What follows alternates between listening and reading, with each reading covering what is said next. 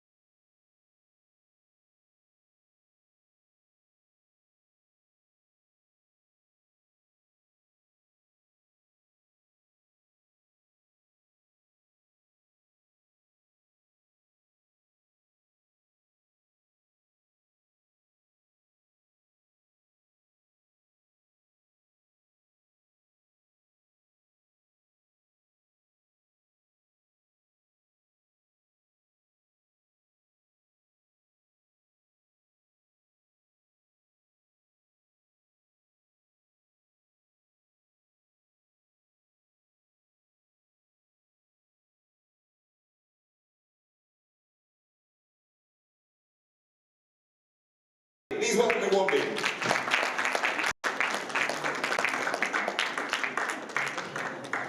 Monsieur Pascal, please join me.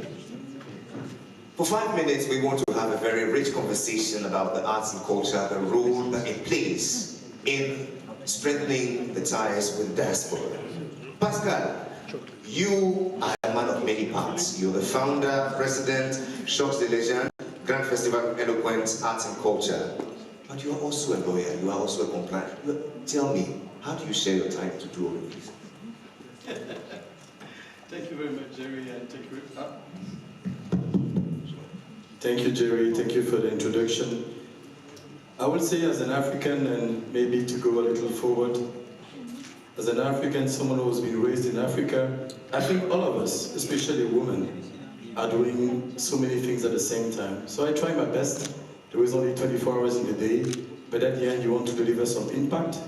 You want to be proud of yourself, to leave a legacy. So I'm trying to do my best. And thanks to people like you and stakeholders in Ghana or Africa, we can have some impact. Lovely. I want us to focus on 3 points for this short conversation. Let's talk first about the arts and culture. You are an African in the diaspora. How do these two, arts and culture, actually strengthen that sense of identity and community amongst Africans in the diaspora? A few minutes before I was discussing with some colleague of the panel about the pride of Ghanaian.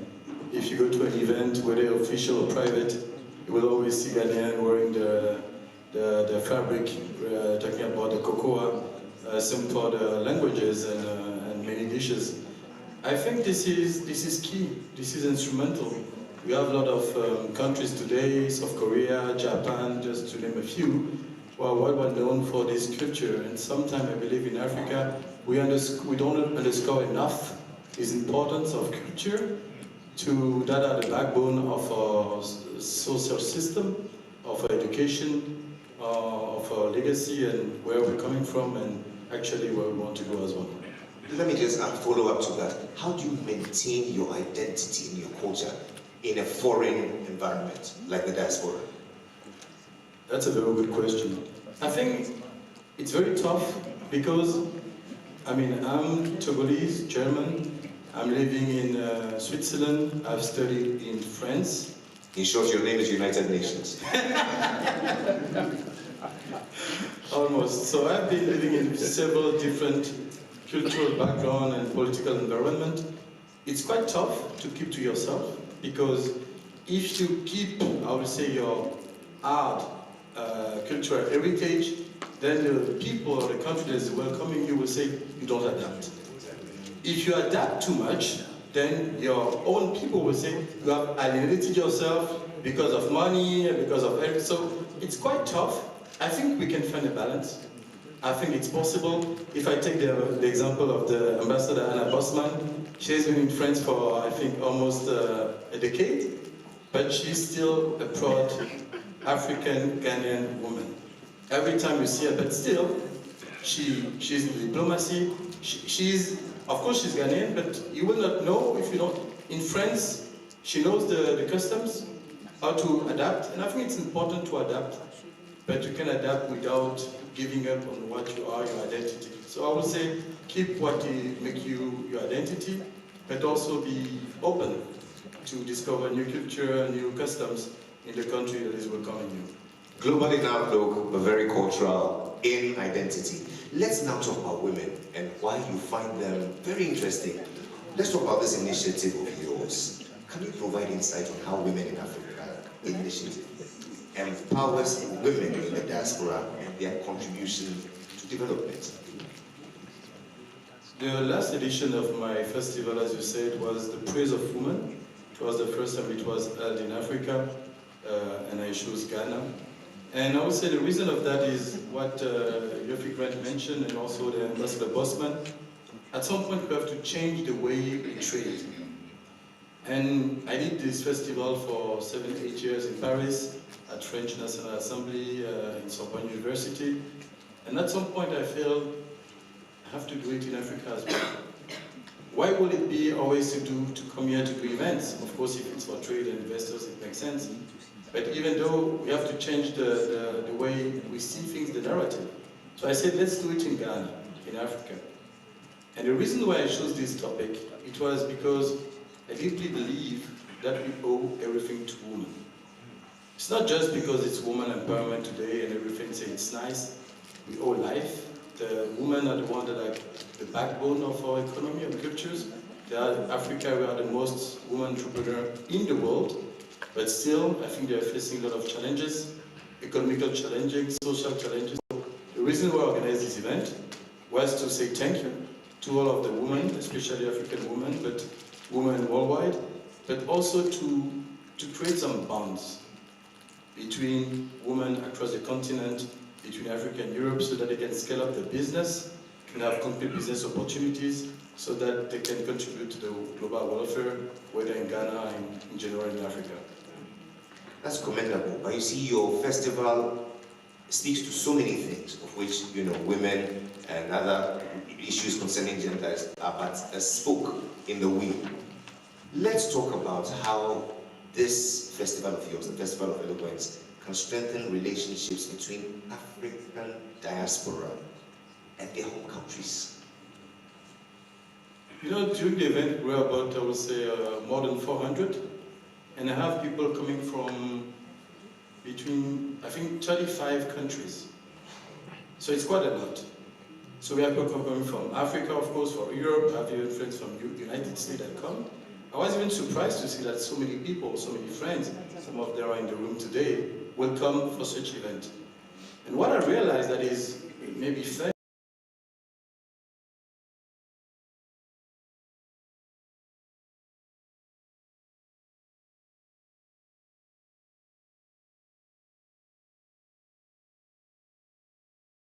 Believe those people for sure they are connected to their counterparts in other country.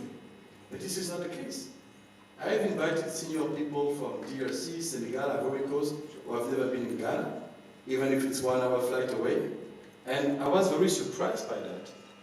And this is where I realized there is so much that we can scale up. And as the diaspora, I think it is our role to be in our countries, in our continent. And the message I would like to highlight, I think some of us have been slowed down because we always believe I have to come back to my country. But sometimes for some political reason, for some family reason, you don't find the opportunity in your country. But it's fine, because Africa is 54 countries. So if you cannot go in your country, just go somewhere else. There is Ghana, there is Senegal, Togo, Ivory Coast, Rwanda, only to name a few. The continent is very vast. And I think for us, diaspora, Africa is the playground. Africa is the playground. What you're doing is to bring to bear, or, you know, bring to life a big cultural expose in Africa with various stakeholders, from governmental agents, diplomatic. I want you to speak to our heads of state, heads of government, people who hold power.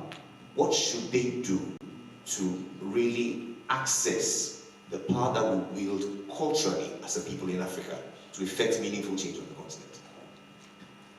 I think today what we are looking for as diaspora is just to have, and I think it's good that we have Mr. Yofi Grant there, and when I spoke with a few presidents or states or the head of state or minister, I told them to say, we're looking for path and opportunities.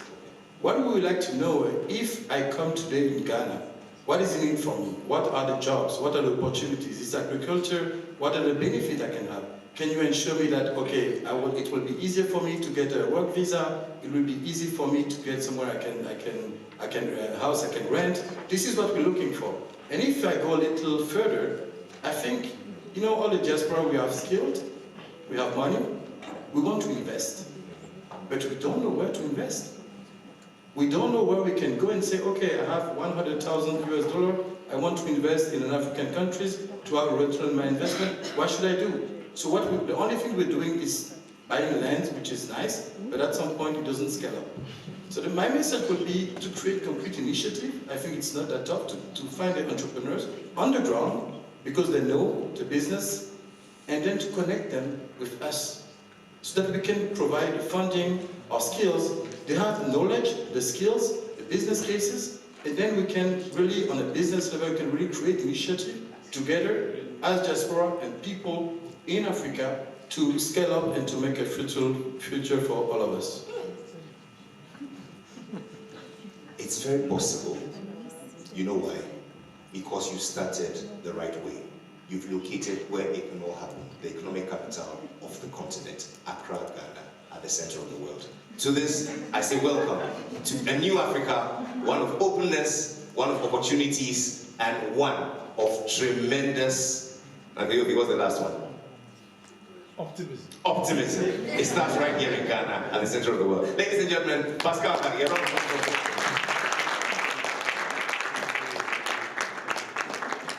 And so this sets the tone for our first panel discussion, which is going to flesh out all the numerous opportunities that await you in Ghana at the center of the earth.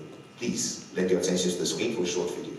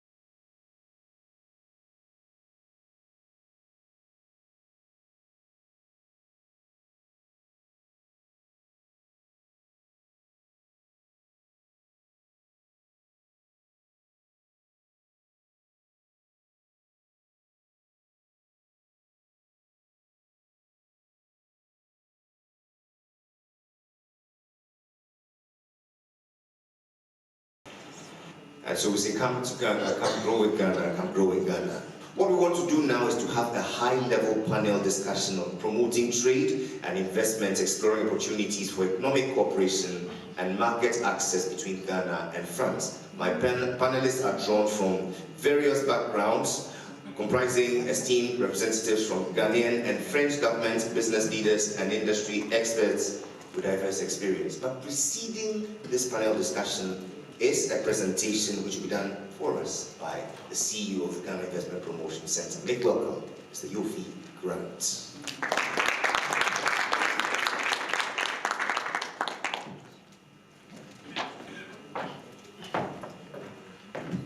Thank you very much, and I'll try and make it snappy, but I should still be here by breakfast tomorrow because I like to talk. I like to talk when it concerns my country, Ghana, because I think it's just simply an amazing place. Can you imagine that you wake up one morning and then God tells you you're in the center of the earth? How would that make you feel? Would it make you feel entitled, or would it make you feel empowered? Would it make you feel like you're sitting with the rest of the world, or you feel that you have the rest of the world around you? And I think as a Ghanaian, that's what I feel every day, asking myself those questions. So I'll just quickly do a quick presentation for you on Ghana.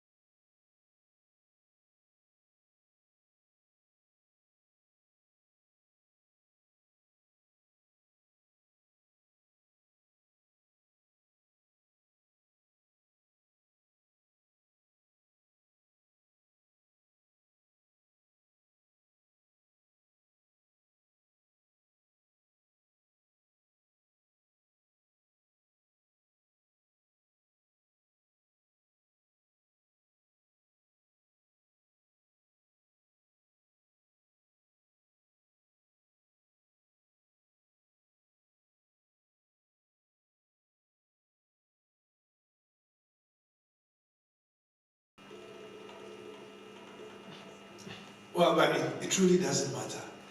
What matters to me right now is if you're Ghanaian, don't you feel homesick? And if you've never been to Ghana, don't you feel excited that you need to go and explore this mission? So can we go on to the rest of the presentation, please? Can we skip the video and go to the rest of the presentation?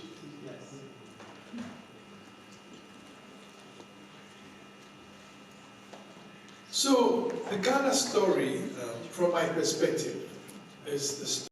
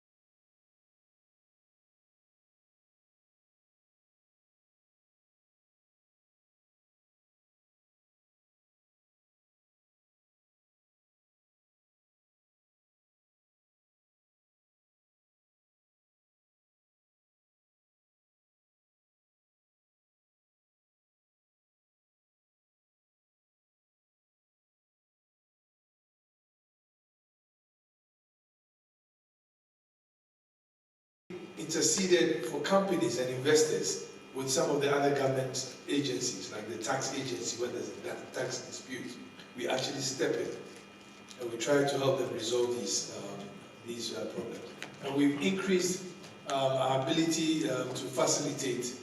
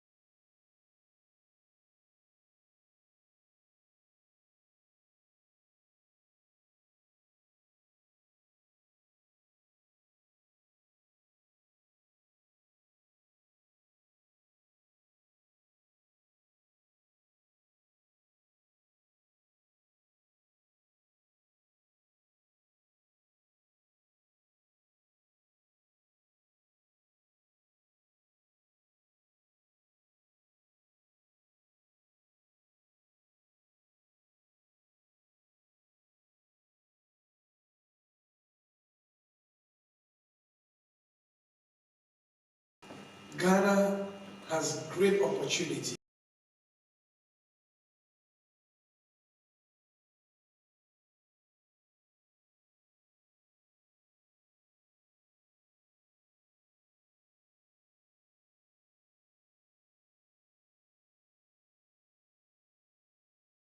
that you require today for transition energies, you find in abundant quantities in Ghana. Can I have my presentation back, please?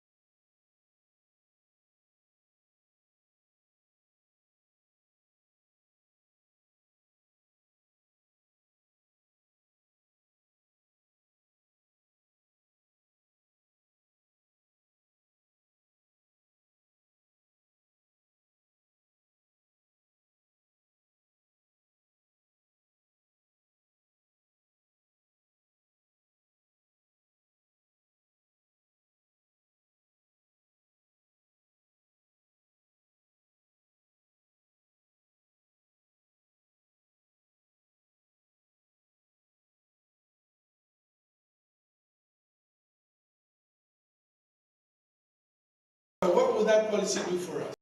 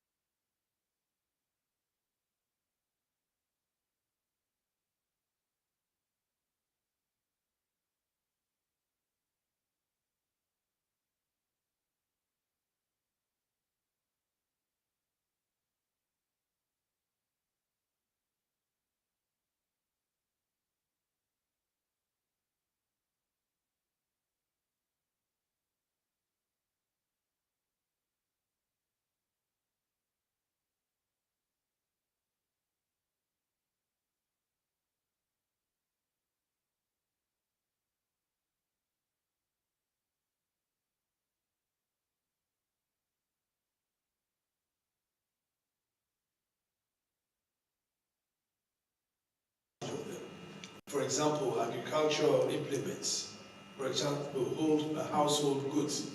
And one of my conversations with the EU, I did indicate to them that we have the European Partnership Agreement between Ghana and the EU.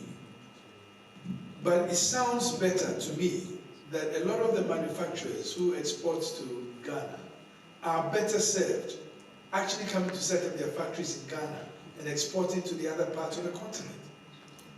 Because it's duty free. Because you'll be operating then in the African Continental Free Trade Area, which gives you a better chance of improving your profitability and your business growth. So those are very important things. Now the last one I was going to talk about, and please may I have my presentation.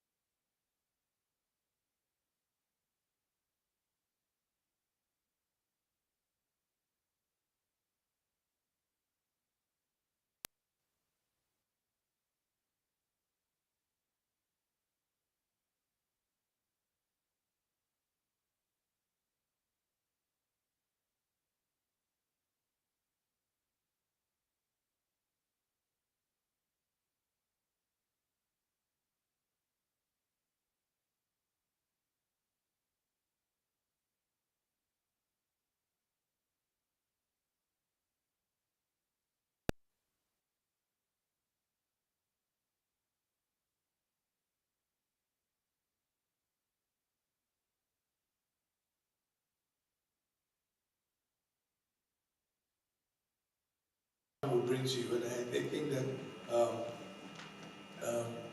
these are opportunities that I can.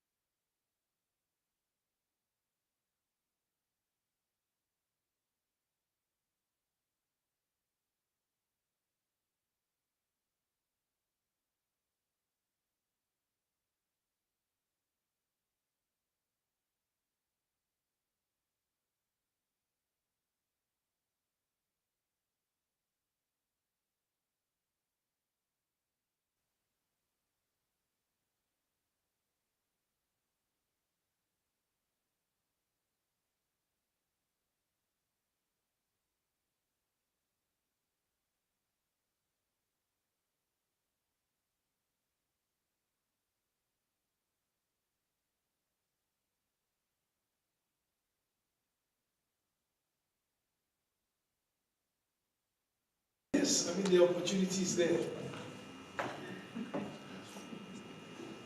Please, whatever experimentation you're doing, let me finish.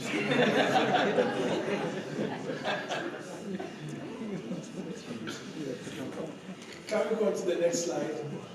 In slide mode, please.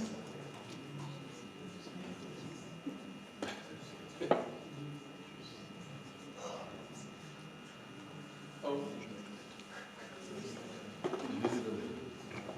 I'm here, hello.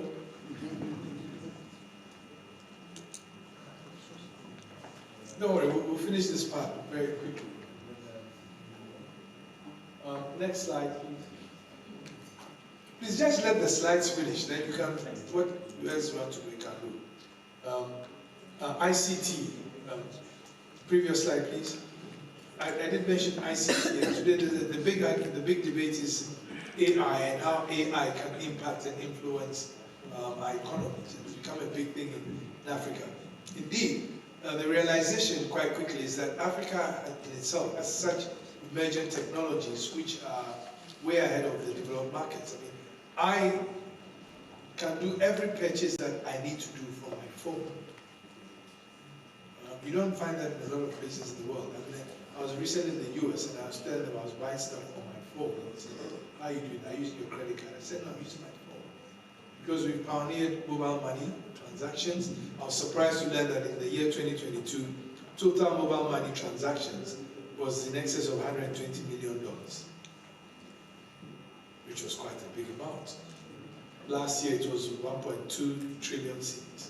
So it's becoming more and more important. Technology, digitalization, and Ghana has embarked on significant digitalization programs, from the National ID program to the digital addressing, where every 5 by 5 meters squared in Ghana has a digital address. Digital ports, you have e-law, e-registration. So the opportunity is there, it's huge. I mean, for those in the diaspora who are so engaged. The next slide, please. And then, of course, we have manufacturing, which I spoke about. Let's go to the next one. Energy, which is very important, especially green energy and safe energy. So I did mention before that the story of Ghana is best told by 3 O's. And I mentioned the opportunity. The next one is openness. We are very open as a country, and we engage. So we want to discuss with you what you want to see to attract you to our country. And that is why we are having this seminar and workshop. And that's why we do what we do as GIPC. We engage our investors. We go around, we speak to potential opportunities that exist and how they can be accessed, and we help those to do it. Next slide. And I did mention that Ghana today is headquarters of the AFCFTA, which is a very, very important market globally. We're expecting that because of the AFCFTA, 30 million Africans will be moved out of poverty, extreme poverty, and in the next few years. We are also going to see an income boost in Africa by the year 2035 by some 7% to 450 billion. Currently, the GDP of Africa is about 1.3 billion. With the AFCFTA, we are expecting to see it increase to a spending power of 6.6 trillion within the next 10 years. Now, if you are in business and you're not in Africa in the next few years, you would have lost out on very critically. And I did say earlier on, next slide please, I did say earlier on that Africa will solve the problems of the world's economic problems. Also openness, making sure that we are logging into the world. Ghana is now moved from 4G to 5G quite recently, and we'll see 5G service to enable us to use data services better. Now the last O is optimism. And as I said to Pascal, we are extremely optimistic about the plans that we are doing. We've done it before and we're going to do it again. Even when things went bad, we still reversed and went back, retooled, recalibrated, and we are back into stability and growth again. Next slide, and quite a number of initiatives that we're looking at bringing about skilled human capital with a free senior high school program. We have enhanced trade facilitation through the Ministry of Trade and Trade and Industry, and we built a portal that will give you almost access to all the laws we have in Ghana, especially those related to business. We've just set up a new public-private partnerships law that regulates the way you can work with government as a partner in a PPP for those who want security in PPPs, and we see that. Then we have enhanced business regulatory reforms. So it includes reforms of the GIPC and reforms of the trade laws of our country. Next slide, please. And then, of course, for further comfort, Ghana engaged with the IMF to bring about stability in when we veered off our economic trajectories. And we are working very hard with the partners that are there, including France, who are one of our partners there. We believe that we are gaining traction and going back to stabilized ways and economic growth that will give you the opportunity to grow your business. And then, of course, we are also adopting green business. And we are looking at enabling our incentives to businesses that enable us to achieve the SDGs in an accelerated form or do green business in Ghana and create sustainable investment standards. Next slide. But I thought that I should still speak about the larger African opportunity, because Ghana is just not standing on its own. Ghana is presenting itself as a hub of entry into the African continent. And I can't keep harping on the fact that Africa is the most important investment destination in the world today. The narrative that we've had in the past is likely going to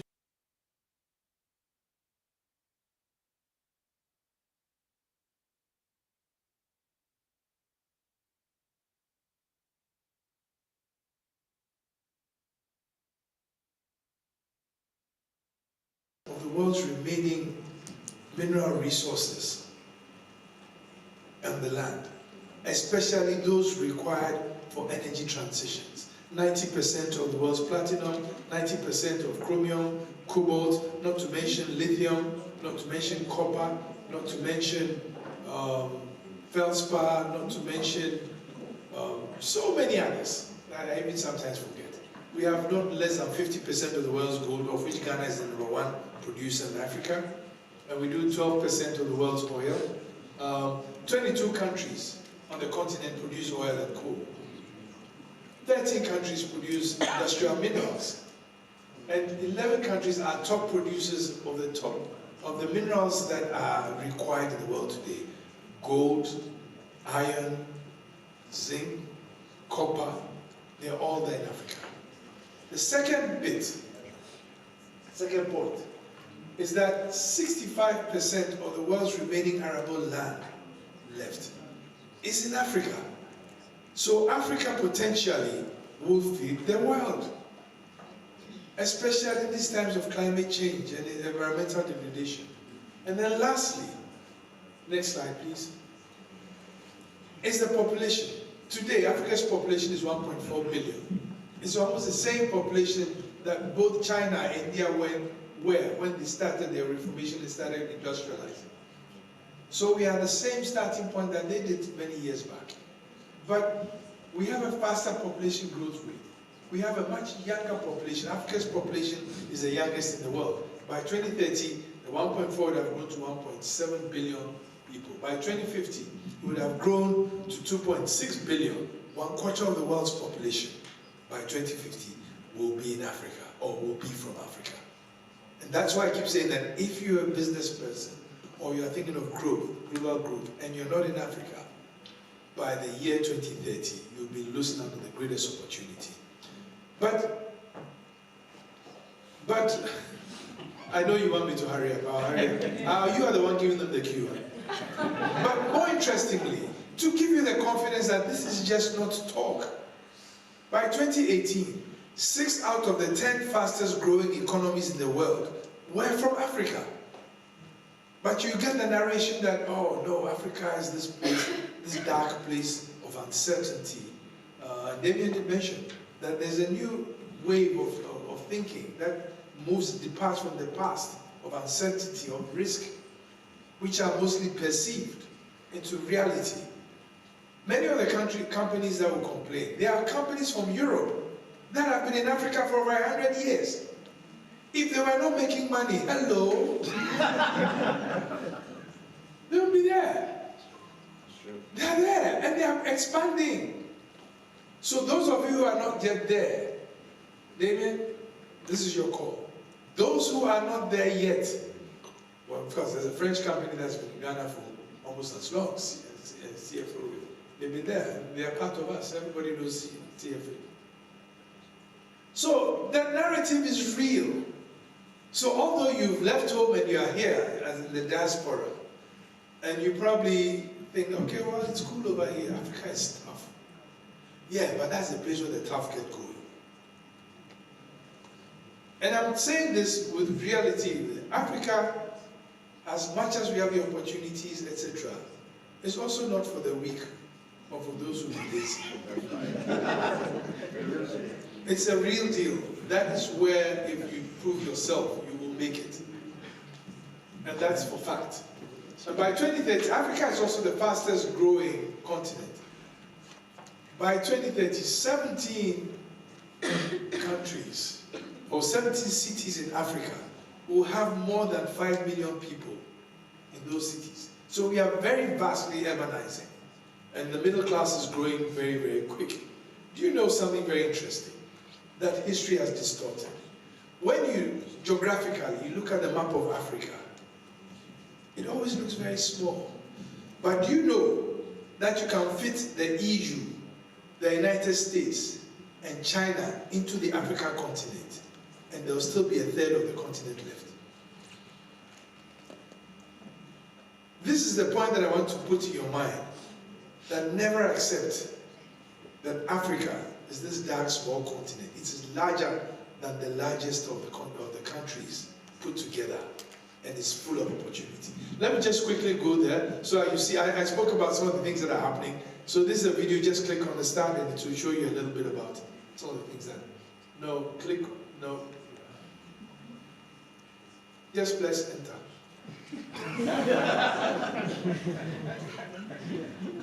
Okay, maybe sometimes technology is not for everybody.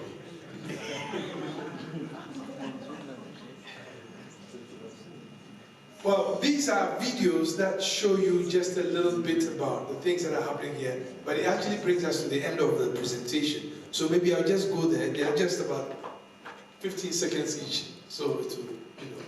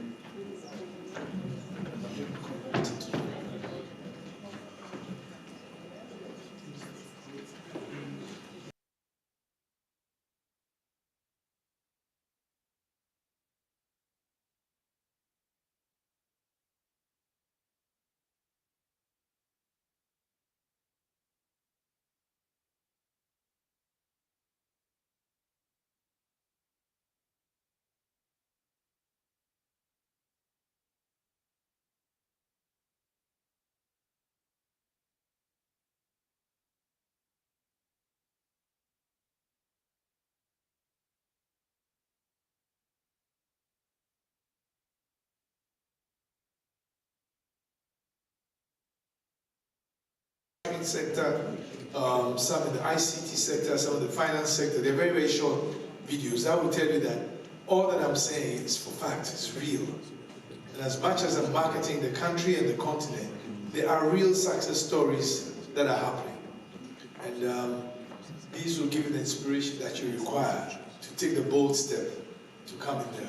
We are certainly at GIPC, we are certainly willing to help everybody. And I would like to once again take the opportunity to thank GIZ for making the Diaspora Road show happen. It's very important for us because we recognize the diaspora, like I said before, as a very important perspective in the change of the narration in Africa. I keep saying, if you look at the African American, should I say, economy, which is somewhere in the region of 3 trillion consumption, if just 10% of it came to the African continent, it will solve all of the continent's infrastructure problems. But I believe that each one of us here is an agent of true change. And maybe we do not have 30 billion, but if we come together and look at the continent as where we left and where we want to grow, we will make it happen. So thank you very much for listening.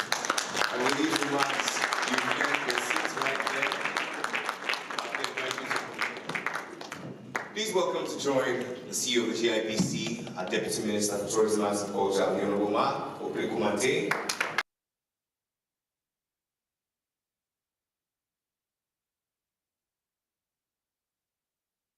Mr. Andreas Bede.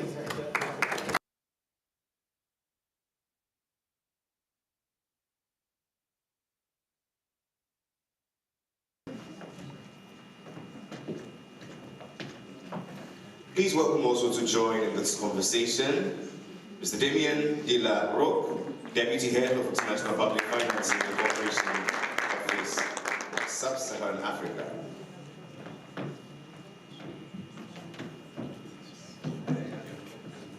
And please be kind to welcome my humble self, Jerry Hajono. Honorable Minister, CEO, together with our brothers from French government and GIZ, what I want us to do now is to just zoom straight into this presentation that Mr. Yofi Grant has done. I want us to take it from a perspective of the non-traditional investments that we often don't, stress on, like tourism. We've heard of the immense potential in that area. Ghana has made tremendous strides also in using cultural diplomacy and tourism, as a matter of fact, to reduce a lot of foreign direct investment. Let me start with you, my very good friend, Deputy Minister. What initiatives, share with us, has the ministry put in place to promote Ghana as a premier tourist destination to particularly French markets? Okay, thank you. I'm sure I'm even here because I want to sell Ghana to the French. That is why I'm here in the first place. So it is part of the initiatives. Yes. I was just checking. I wanted to be sure of the numbers. And so I was just checking. And I noticed that the countries that visit Ghana most, France is not one of them. It starts with USA, and it is USA.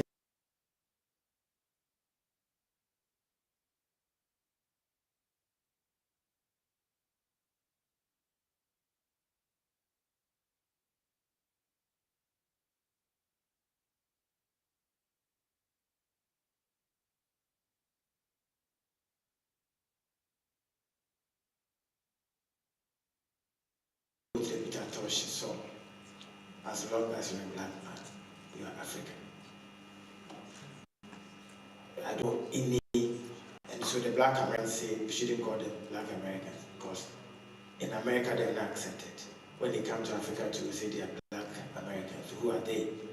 And so we call all of them African. So for the obvious reason, we have US 1, Nigeria 2nd, UK 3rd, Germany 4th, India 5th, China 6th, Liberia, Netherlands, Canada, South Africa, Cote d'Ivoire.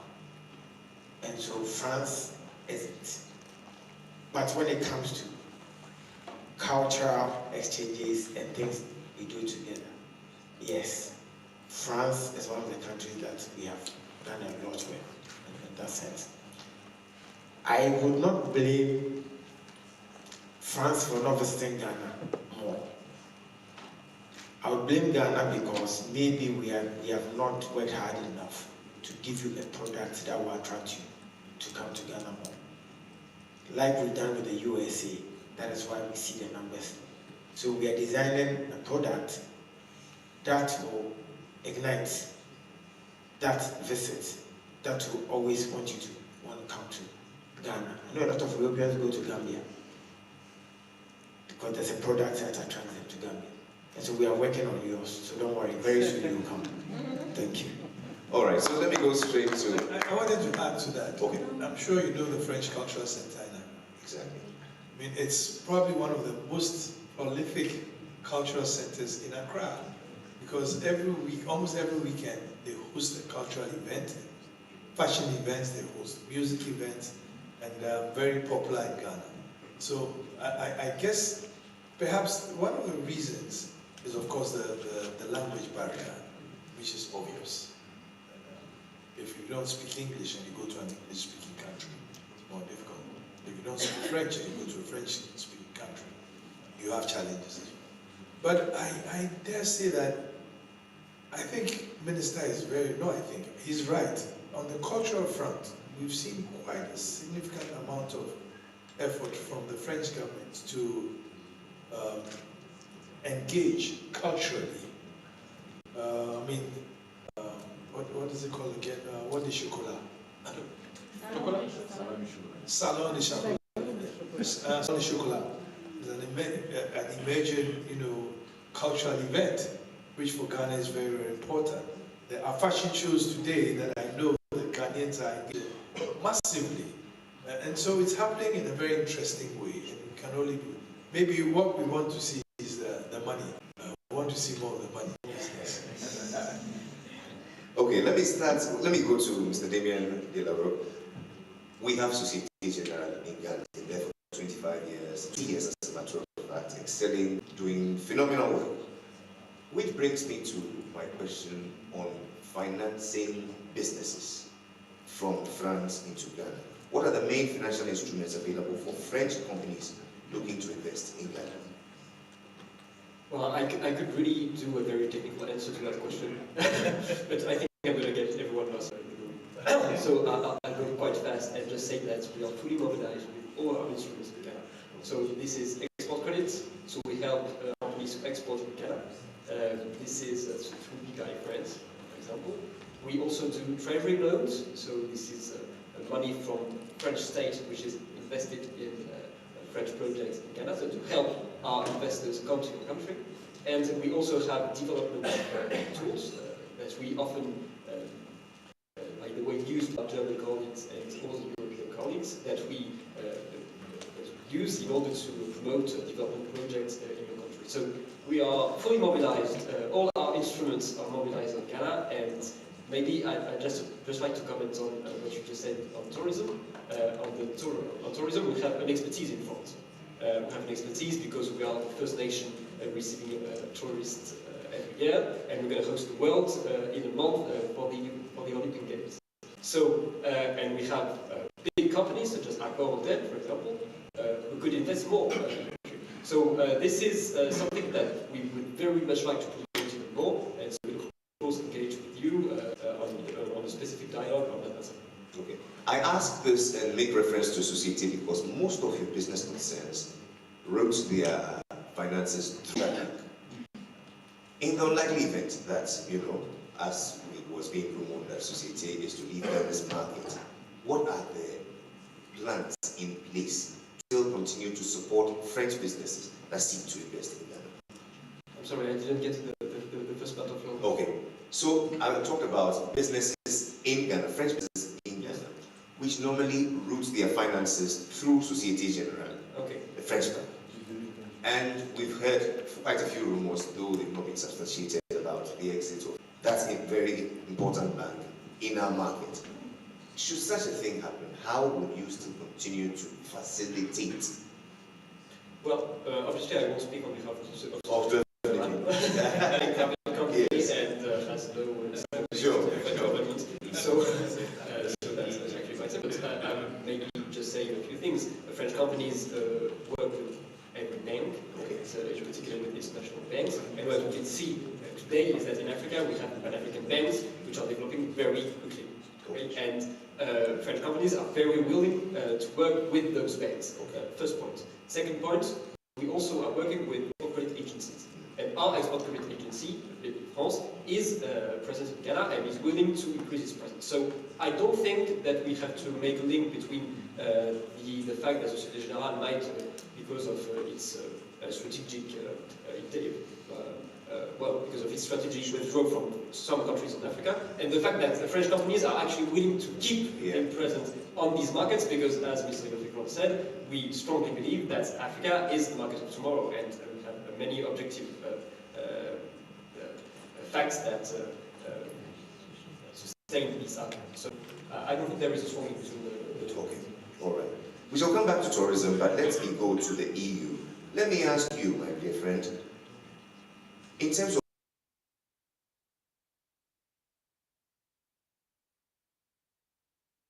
its impact on job creation and development in Ghana. Yes, thanks. I mean, of course, we have also different aspects we work on in terms of diaspora engagement, return, local market, local market. But if you speak about the diaspora engagement in particular, I can come back on the example I've already given in my speech.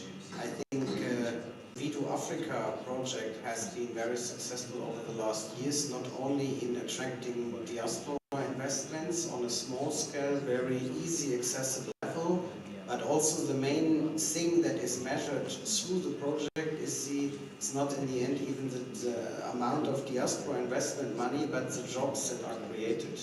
And so therefore I think this is a very good examples on, let's say, hands-on activities that can work on a micro level, but also provide an example for, let's say, upscaling potentials and how diaspora engagement to the benefit of the investor, but also local economy and the job market can work. Okay.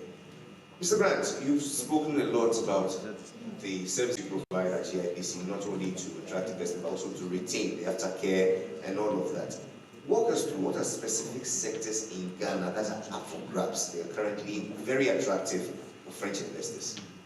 I mean, that's a very interesting question, because from the return perspective, I mean, investment and return, returns on investments, etc.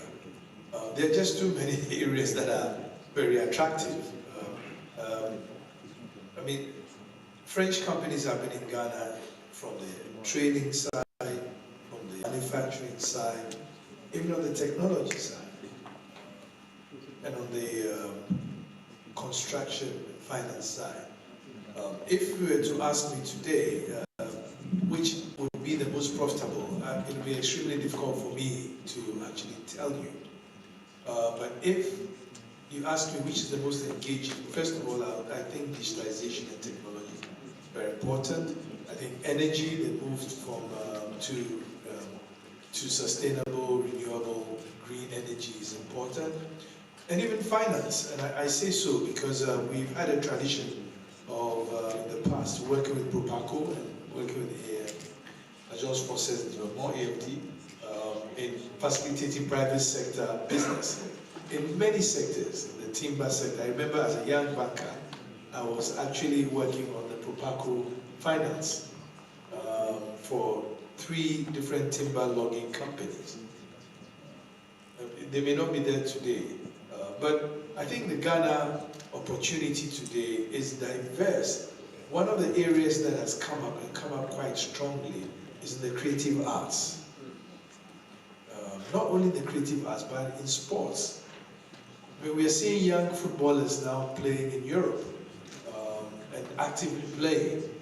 It was very interesting because a friend of mine pointed out to me that if you take the 5 top European soccer countries, each one of them has a Ghanaian playing for them.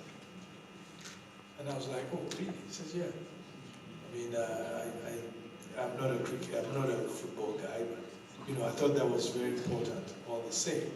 If you look at the fashion space, there are many Ghanaians who are also operating the fashion space. If you look at the music space, there are quite a number of Ghanaians here. And I know some of the top Ghanaian musicians have had shows in Paris. Stone Boy, I don't know if Shatawale has, but I know Stone Boy has, I know Sam Collier has, and it's possible that some of our top musicians are there. So it's a very interesting thing. I mean, what I'll tell you is Ghana is one of those countries that if you have the staying power, you have the resilience, and you have the focus, your business eventually turns around and makes a lot of money. Okay, so let me come back to you. Okay. Just to underline that, I think one way to approach as well is also to look at it from the job market perspective and what kind of graduates you have. And some things, I mean, I'm not an ICT expert or anything, so I can only quote from, let's say, sources. But what I'm always hearing is as well that from Ghanaian universities you have a lot of qualified experts in the IT sector, and that's still, like in Europe, you have some countries in Africa who are already on the map for ICT investments, like Rwanda, for example. Everybody's talking about Rwanda, maybe also Nigeria to a certain extent, but that you would find in Ghana at least equally qualified ICT graduates, and that's something what is not really on the map so far. And I mean, yesterday we also had this visit to the Catch Business School, and we heard these presentations from several startups, one of them wanting to link tech professionals from Africa, including Ghana, to tech companies in Europe. So I think if you, like I could underline what you said about ICT being a sector, but also if you're looking for others, look at the graduates from Ghanaian universities who are also in regional comparison have very good scores. It's actually perfect that you interrupted me. I was going on the tent of the UK Working Holiday Maker, that visa program that was, present in the early 2000s, allowing people to come to the UK to work while on holiday. Through that program, UK actually built its IT powerhouse. The Indians came in their numbers, some African students also came, and over a period, the amount of talent that was, retained in the UK on the back of that program was exceptional. I want to come to you, Honorable Minister, on the back of a program like that the UK put in place. Tell me, what kind of creative exchange programs can we put in place to make French talents at least come over as tourists, but see opportunity and be able to invest? Okay, thank you. With our traditional Alliance Française, I'm saying traditional because I'm sure I link in with Alliance Française. It's been with us over the years, and so I have seen stars emerge from Alliance Française. Last year or last 2 years, Ambassador Sofiane, she was the French ambassador to Ghana. She put together with some private sector people, had a performance by people like Sarkodie, Toolboy, I think that was what you wanted to mention, in France. Well, that's why I'm happy, Mr. Yofi, to mention that when it comes to culture, Ghana and France, we have a lot. As of now that I'm talking to you, there's a company in Ghana from France that is trying to help us digitize or codify our music. Yeah. And they, at the same time, they're trying to help us build some theaters around the country. And so, culture, I think France in itself welcomes a lot of culture around the African continent. Freddie Mayweather from Cote d'Ivoire, Papa Wemba, unfortunately they do it more with the French partners. They do for the English countries, but not as they do for the French countries. I can mention a lot of top stars across Africa who were supported by France and made it. Angelique, typical example. Salif, Eta, Yusu, all of them. It is a connection with France. We are getting our fair share, but we will not wait to want more. And so yes. So we've done a lot to it. And we are lucky, our president is French trained. He speaks fluent French.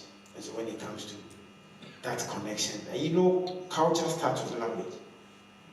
And the moment he can speak that language, it connects the two countries. It's easier. And so we have a lot with France, yes. You can prescribe any form of exchange program? Yes, we like I said, that Madame and Sophie started when the performances. Your ministry? My ministry. It has a lot to do with acceptance. I am not, because my background is actually show business. I am not comfortable with just putting events together when you don't have numbers. I believe in results. So it starts with conversations. I was here a few months ago for an event. I wouldn't want to go blank, but for some reasons the hall was almost empty. I don't know if you remember, any of you who came from that event. And so it starts with conversation. The new ambassador came in somewhere last year. Their motive is more of infrastructure, it's more of policy. How can we get to digitize your music, codify your music, so that, because music now is not about title. Music is about number, the code of the music. So any part of the world that it is played, the code picks the number, and then it tells you how many minutes it was played around the world, and you get your royalties. So those are the conversations we're having. But now that you're telling us to begin to think of how we can cross, we will come back. Just a last one on the cultural integration. Okay. The cultural integration. I mean, those of you who are educated in Ghana at secondary level, we all had to learn French. That's right. French was a compulsory language in secondary schools. The sad thing is many of us didn't take it serious. I thought that, what's about it? Today I know people at my level who are secretly going for French lessons.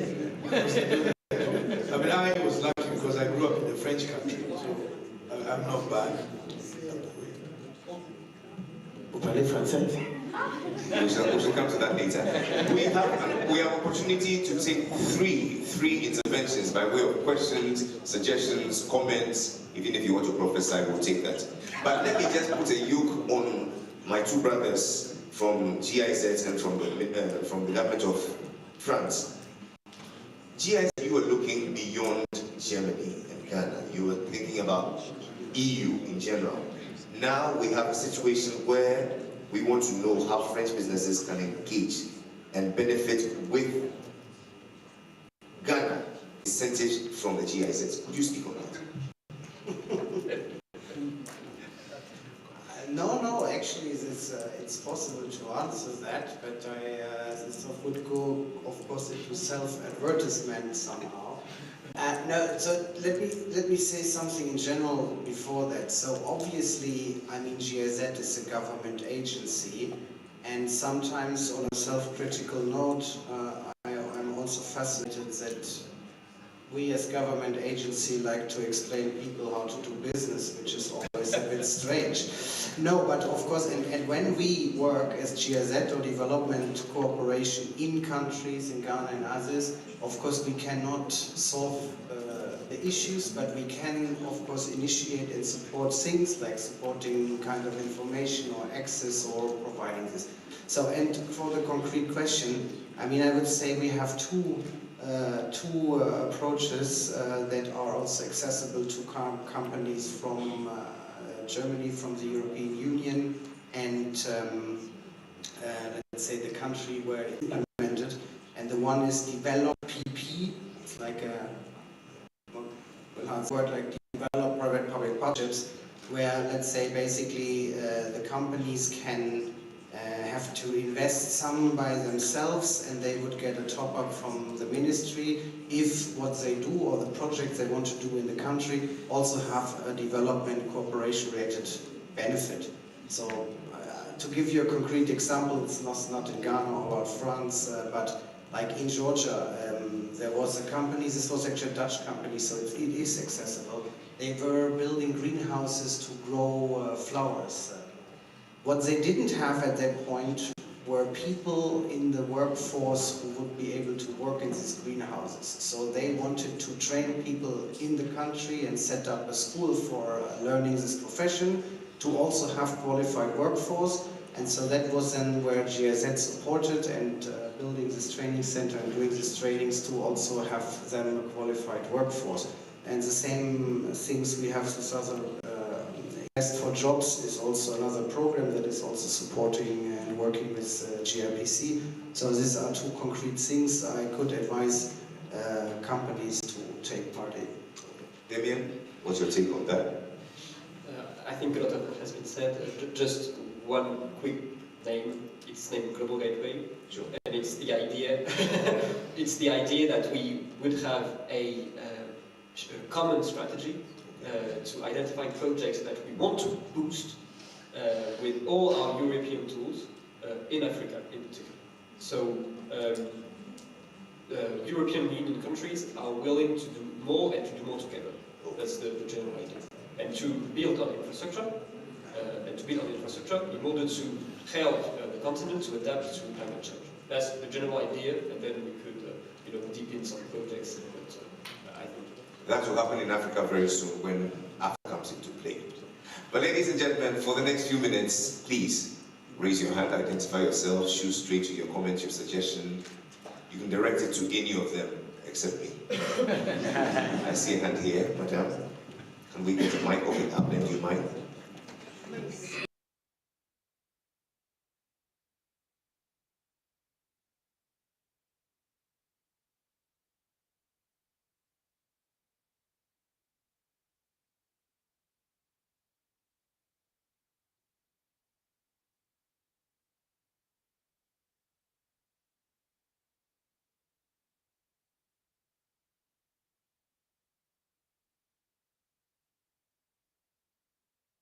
Your answer to this issue, and secondly, I just wanted to mention that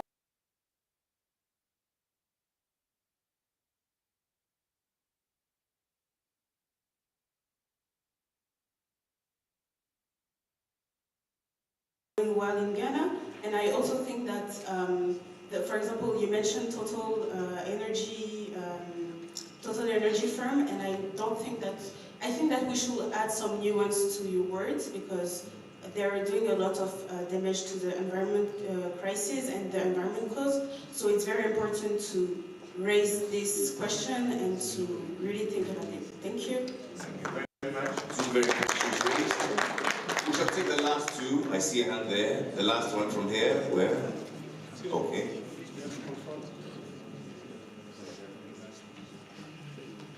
So we take one.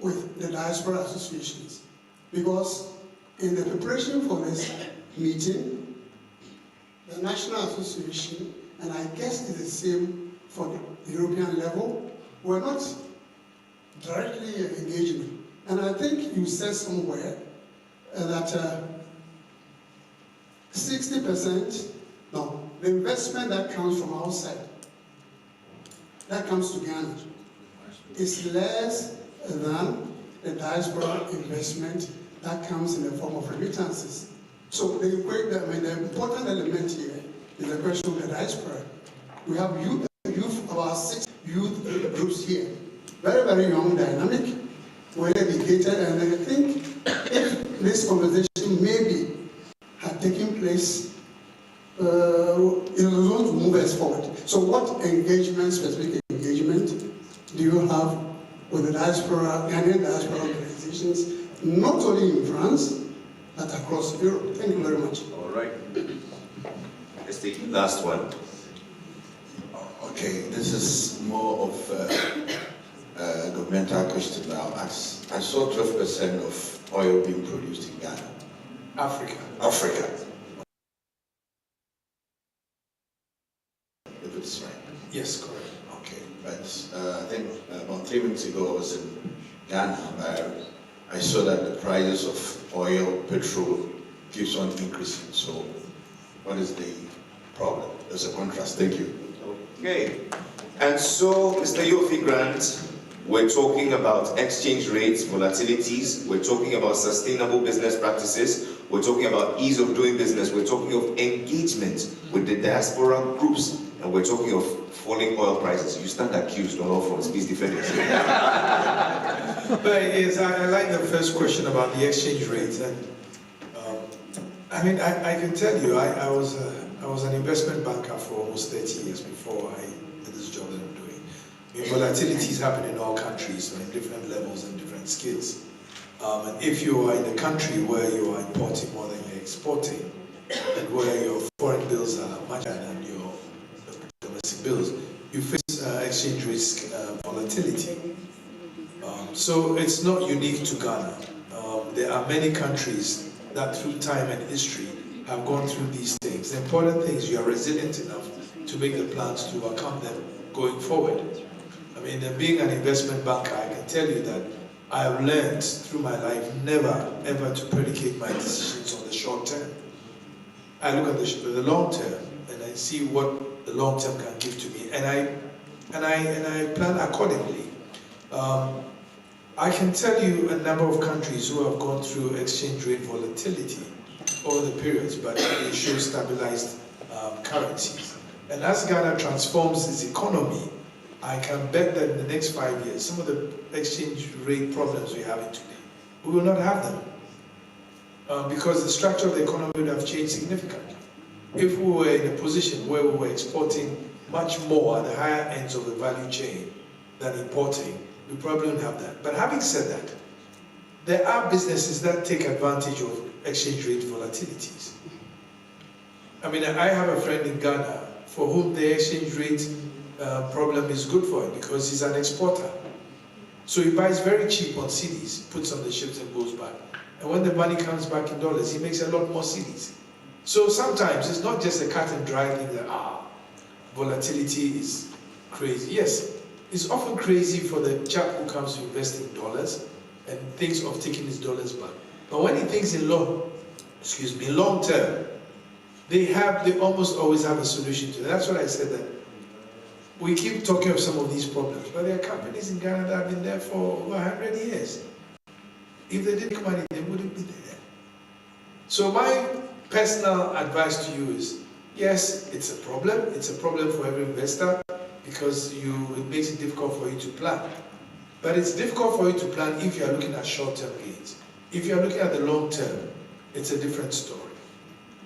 And I keep telling a lot of the clients I used to have before, many of whom I've helped manage their exchange risk successfully. So whilst it's a problem, it is not the end of the world. And that's the thing that we should realize. Let's go to sustainable practices. Right, sustainability. I mean, I'm not fully into the business of Total, and I know today that Total, for the very same reason that you say, that in your estimation, your belief, they are polluting the air. I mean, I do not have any proof of that, and I will not make a comment on that. But we also do agree that many countries that today are extracting oil or in the hydrocarbons have a certain responsibility to ensure that it does not cause pollution, etc. What I do know is that Total in itself is at the cutting edge of research, coming out with new fuels. And there are quite a number of alternatives that they are to do that. And so I guess that it's an issue. But having said that, you're in France. Yes, please. Total is a major player in the French economy. No? Yes. Yeah, so why are you talking about the Ghana problem? And not the French I'm French and Ghanaian. Pardon? I'm both French and Ghanaian. Yeah, so on both sides of the problem, you have a one bigger problem on the French side and a smaller problem on the Ghana side. Why don't you talk about the bigger problem here? You know, so sometimes, your question is good, but it's an academic question that we face all the time. And I can tell you Ghana has its own policy on renewables and how to deal with them. But you bring up a bigger question that this is not a platform for that. A smaller question will be diaspora group engagements. The diaspora group engagements, that's why we are here. That's why we thank GIS and Damien for this collaboration. I think his problem is that you target the macro and not the micro. How would you? I disagree. We are here today, and who are the audience? The diaspora. So we are already taking steps to do that. We've set up a diaspora office in GIPC. It's quite recent. The head of diaspora is here. Is she anywhere in the audience? Yes, she's here. Miss Marina Lamte. She's head of diaspora. They're also compiling lists of diaspora. We have a whole compendium of businesses. We can show you videos of businesses set up by diaspora from now to tomorrow. Quite a number, because we engage them, we assist them, we help them mainstream their business. So it does exist. The important thing, and you did say so, that you represent the Federation, is to make sure that you formalize. I can tell you we've had a lot of problems with that. Sometimes some of the Ghanaians in the diaspora don't even want you to know their addresses or where to find them, for various reasons. But once you have this community, a federation, I think you can formalize it and use it as a very good opportunity to even harness opportunities. Some of the things that Ghana is thinking of doing is a diaspora bond, where we'll raise money through a bond to the diaspora. So the engagements are ongoing. We've just recently started with this diaspora race. I mentioned some countries that have done very well with it. Israel, India, China, Philippines, Thailand, they all utilize their diaspora for development, and that's where we are going. So we are getting ready. We'll be ready for you. We'll never be ready enough, but at least we'll start the journey. Let's make sure that we give you the support. Let's conclude with the ease of doing business. My brother talks about how, they get frustrated when they try to... Because you didn't come to GIPC. Simple. That is where you come. I mean, every foreign investor that comes to Ghana comes to GIPC to register, and we help you, we handhold you to resolve your problems. I mean, we fight on behalf of investors, whether it's tax, whether it's energy, we fight for them. And we get what we want for them. And when we don't, because I work from the office of the president, I have direct access to the president. I tell him, these are the problems we are seeing. Then we work on it. Recently, we started working on an exemptions act that virtually removed incentives for investors. We are looking to see how we can use it better. We are also looking at how we can reform a local content law so that it does not disadvantage investors who come in. So there is a lot happening. But like I'm saying, Ghana is in transition. And the transition for me, I mean, having grown up quite a bit in Ghana, but also having lived internationally, I see that it is real. The conversations that are coming up are changing things. The African continent is changing. So when we leave here, it's not going to be what you know in the future. So when we leave here and we think about exploring opportunities for economic cooperation and market access between, what would be those 4 takeaways? I want you to just, in 20 seconds each, spell your own takeaway that the audience should leave with. Honorable? didn't know it was coming to me. Just came in as part of its effort to support music. Creators on the global scale, the Recording Academy, the organizers of the Grammy Awards, have announced plans to create an African version of the prestigious award scheme. This came in today, this afternoon when I was here. Grammys want to come to Africa, which is in connection with what Uncle Yofi Grant said. Every top Hollywood star that I can think of between 2019 and now has been to Ghana. Steve Harvey, Steve Wonder performed for the president for his birthday. If Steve Wonder is choosing Ghana as home, they are getting properties now. Akon, you can check that out. Akon says that you should begin to find a home in Africa. But when the lands, the arable lands, when they get finished, land cannot be recreated through the sea. So if we sit here and we assume that we only see the challenges and not see the opportunities in Ghana or Africa, by the time you come, our black diaspora community in the US would have taken most of the opportunities. The tourism, arts and culture ecosystem is if there's a word called lowest hanging fruits, because creative people, the raw material is given to you by God. You don't need to you only go to school to polish what God has given to you. And we've created stars. Today Shatawale is collaborating with Beyonce.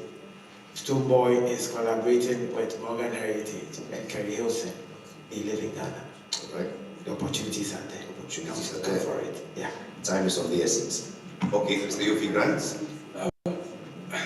I think you have, for those of us who have aged, we do not have the opportunity that many of you young people have. And you should take that run. Very often I've spoken to several, audiences. I travel with the president all the time. I travel with the Minister of Finance. I travel with my foreign minister. And sometimes I'm overwhelmed with the fusion of problems. People always want to voice their problems. And I sit back and I think, wow, if we were to put the same energy into providing the solutions, which are their fingertips, there will be such a powerful force. Many years back, stopped talking about problems.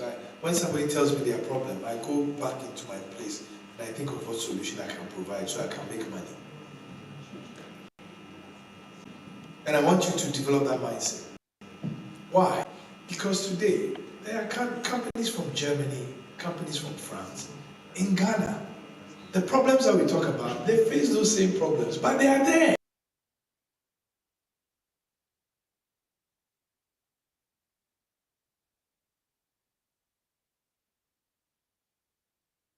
Trust me, I've been traveling for the past 3 years almost non-stop. Everywhere I go, there are issues. If they are not economic, they are political. But the beauty of the human race is that we always find solutions to our problems. And when we work together, it works even better. Why do you think the EU is formulating this whole concept of working together to provide opportunities? Why do you think GIZ should be interested in creating jobs in Ghana?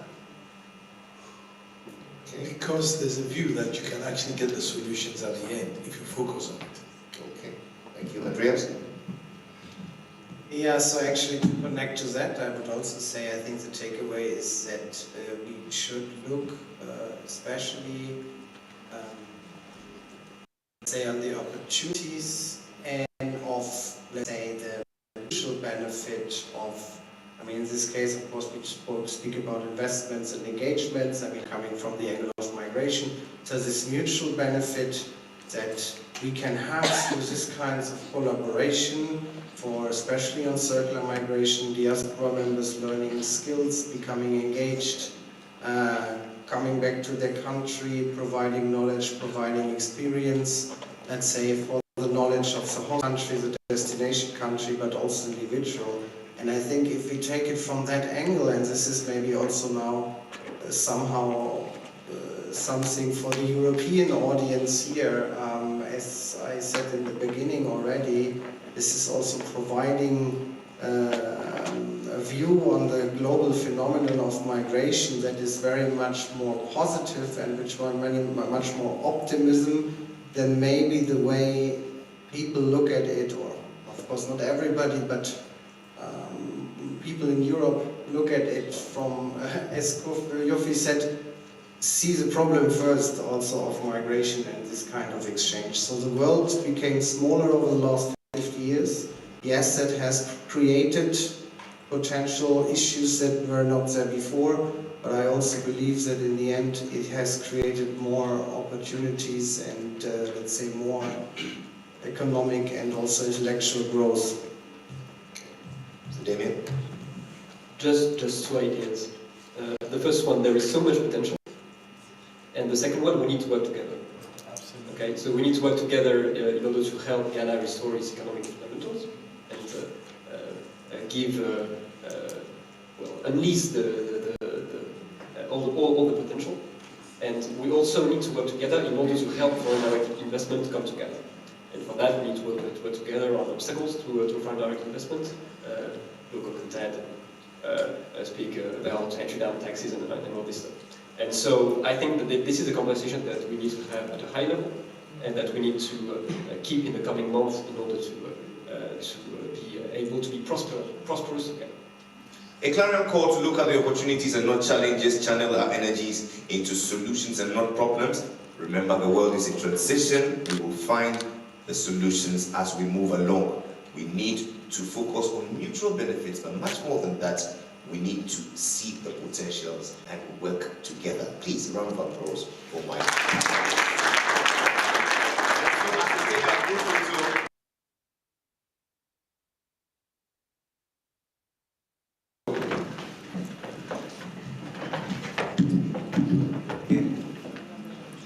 Is my mascara okay?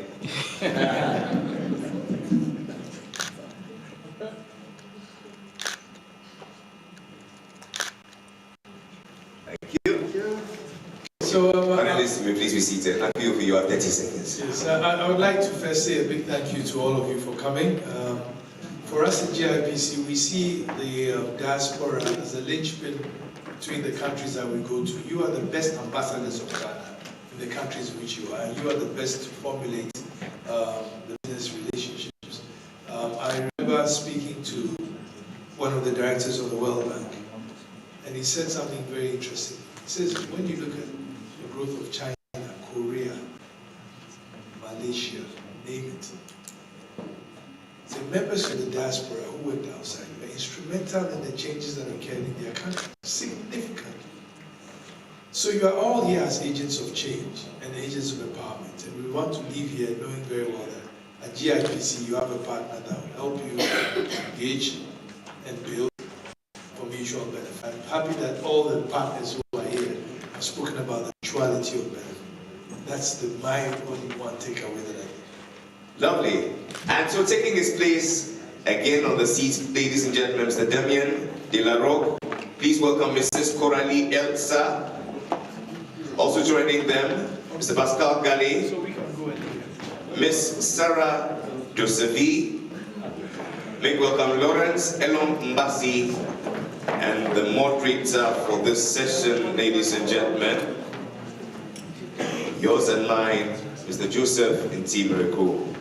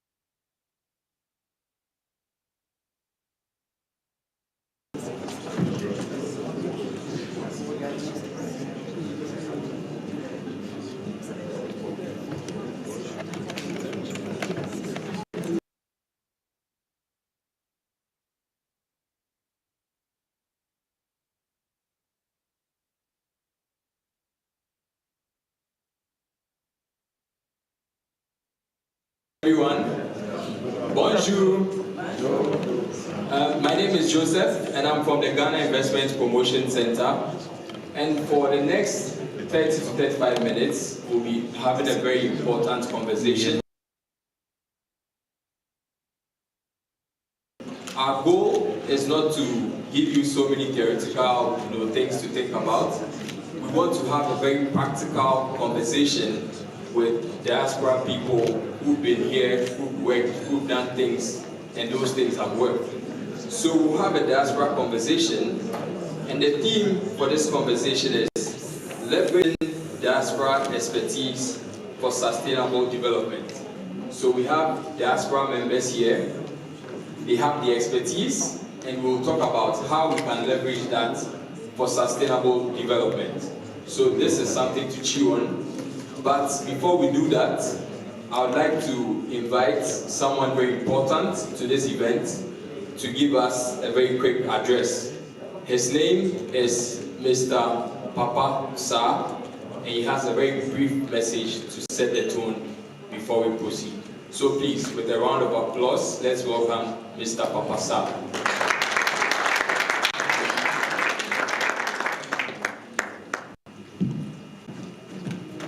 Please, let's keep it going, let's keep it going.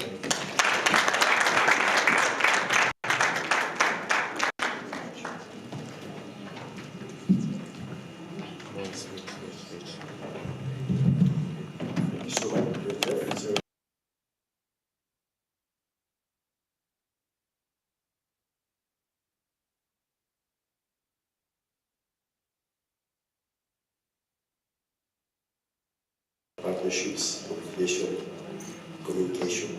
I am formerly, as was a diaspora member, I'm from Senegal, as you can see, former minister in charge of entrepreneurship for the Senegalese government, and worked through diaspora programs to support entrepreneurship programs back to Senegal.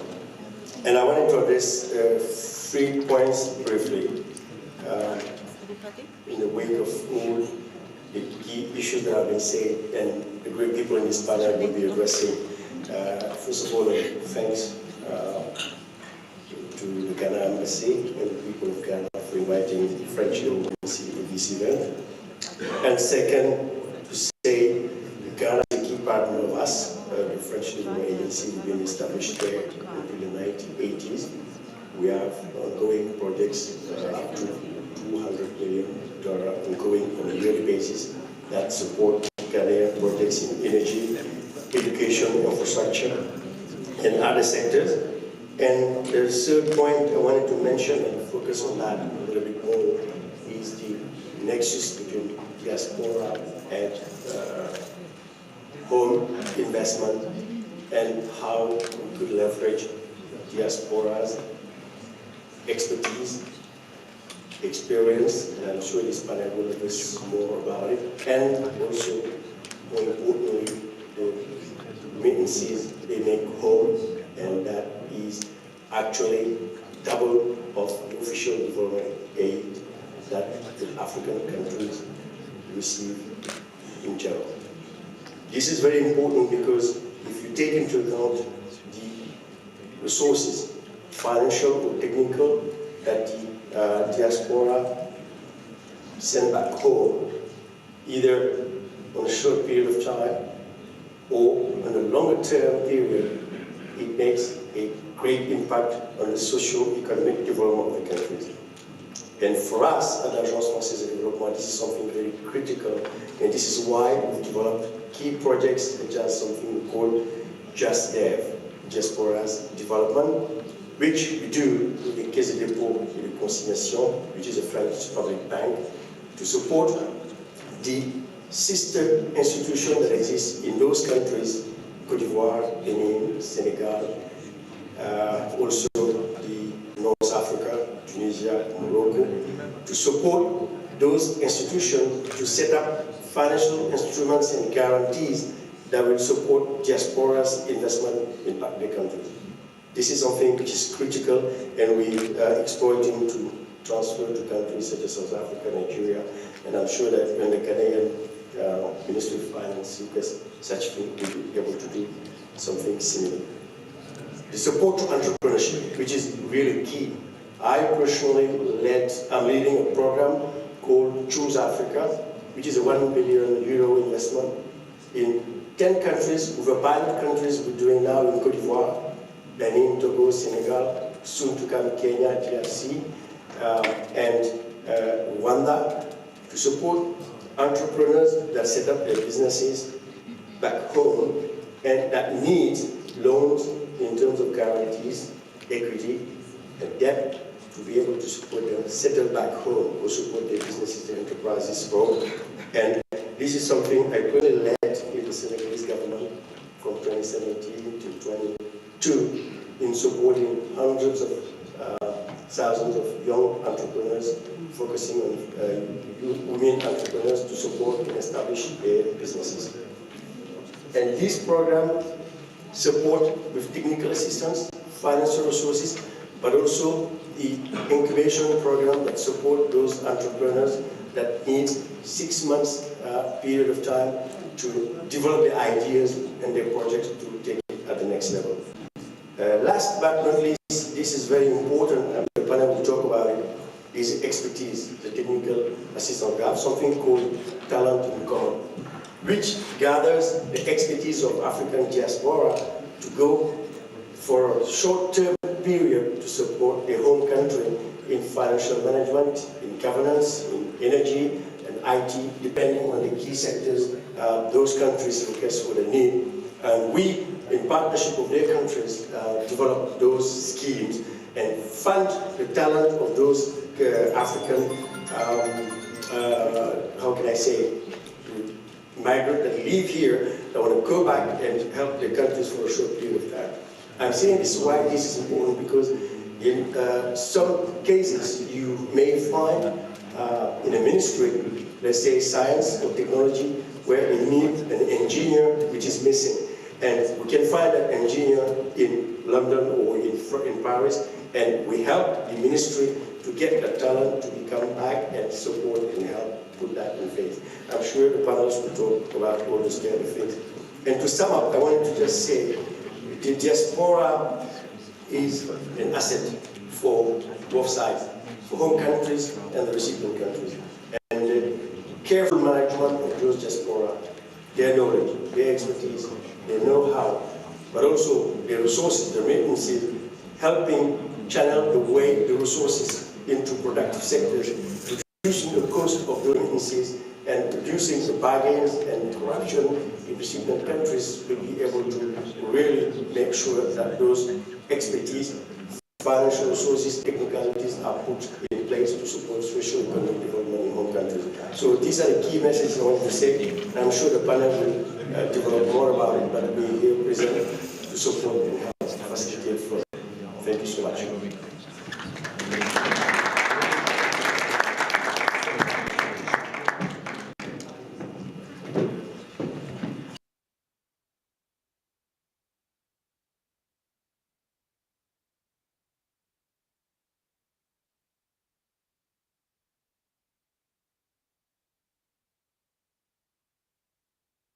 So, as I mentioned earlier, my name is Joseph.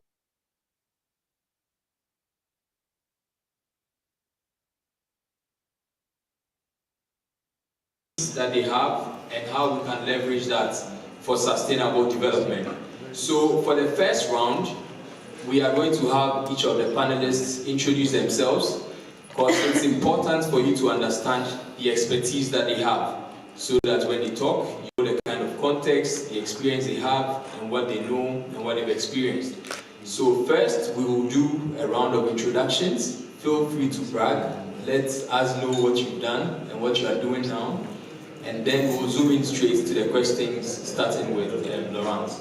So I think it's good if Laurence does the last introduction, so she can just start with the questions. Thanks a lot. So, hi, I'm Yves Marico. So I'm Chief Economist at AETS, so Africa Energy Transition Services, which is an advisory and finance firm. So we are currently supporting project developers across Africa to raise climate finance. So I know that it's an issue for the continent, but currently everyone is talking about climate finance and more investments related to climate, and we are filling the gap in terms of climate financing. So we help the project developer both by technical structuring and also by financial structuring. So very briefly. Thank you so much. I'm Coralie. So I have two types of expertise. First of all, I am the Africa Development Manager of Sciences Po Paris, a top university in social science, and I support the creation of customized trainings for executives, leaders across the continent.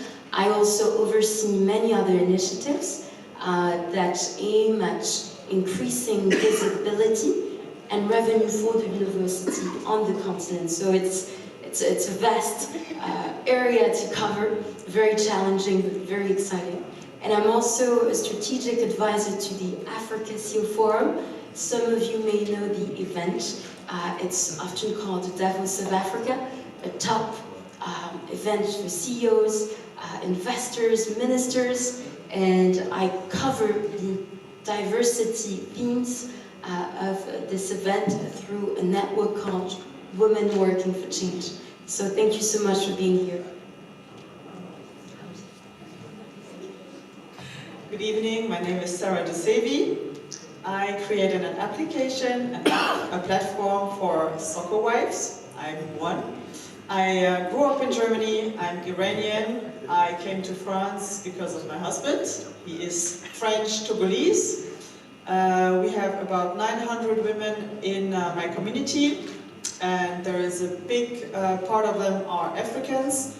I organize workshops and big events where I gather all these women. I'm about women empowerment, and I'm there to, motivate these women to get the leaders of the future. Thank you very much, Sarah. So I'm Pascal Galli. I have various hats. One of them is I'm the compliance manager of a Swiss multinational, which is in 105 countries.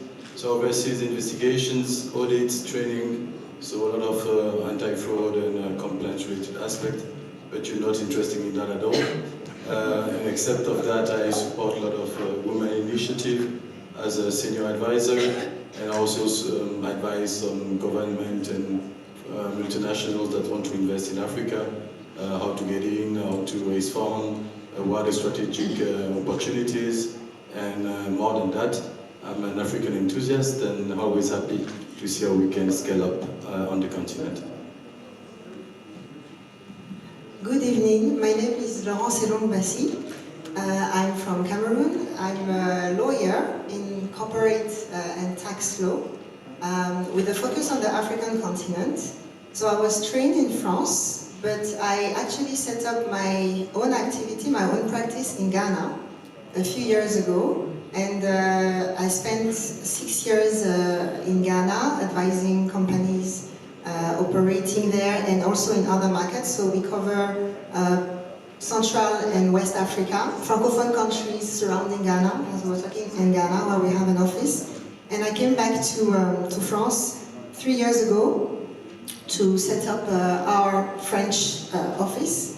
And I'm very proud because I'm not Ghanaian, but when I came back, a Ghanaian legal newspaper titled that a Ghanaian law firm expands to France, and it was really nice. So I'm very happy to be here tonight. Thank you. Thank you very much. So I can see it's very diverse and you have a lot of expertise. So I'll start from you, Laurence, because one thread of this conversation today has been about culture. And Pascal spoke about navigating, France, Africa, and there's been a conversation around culture and how to navigate that.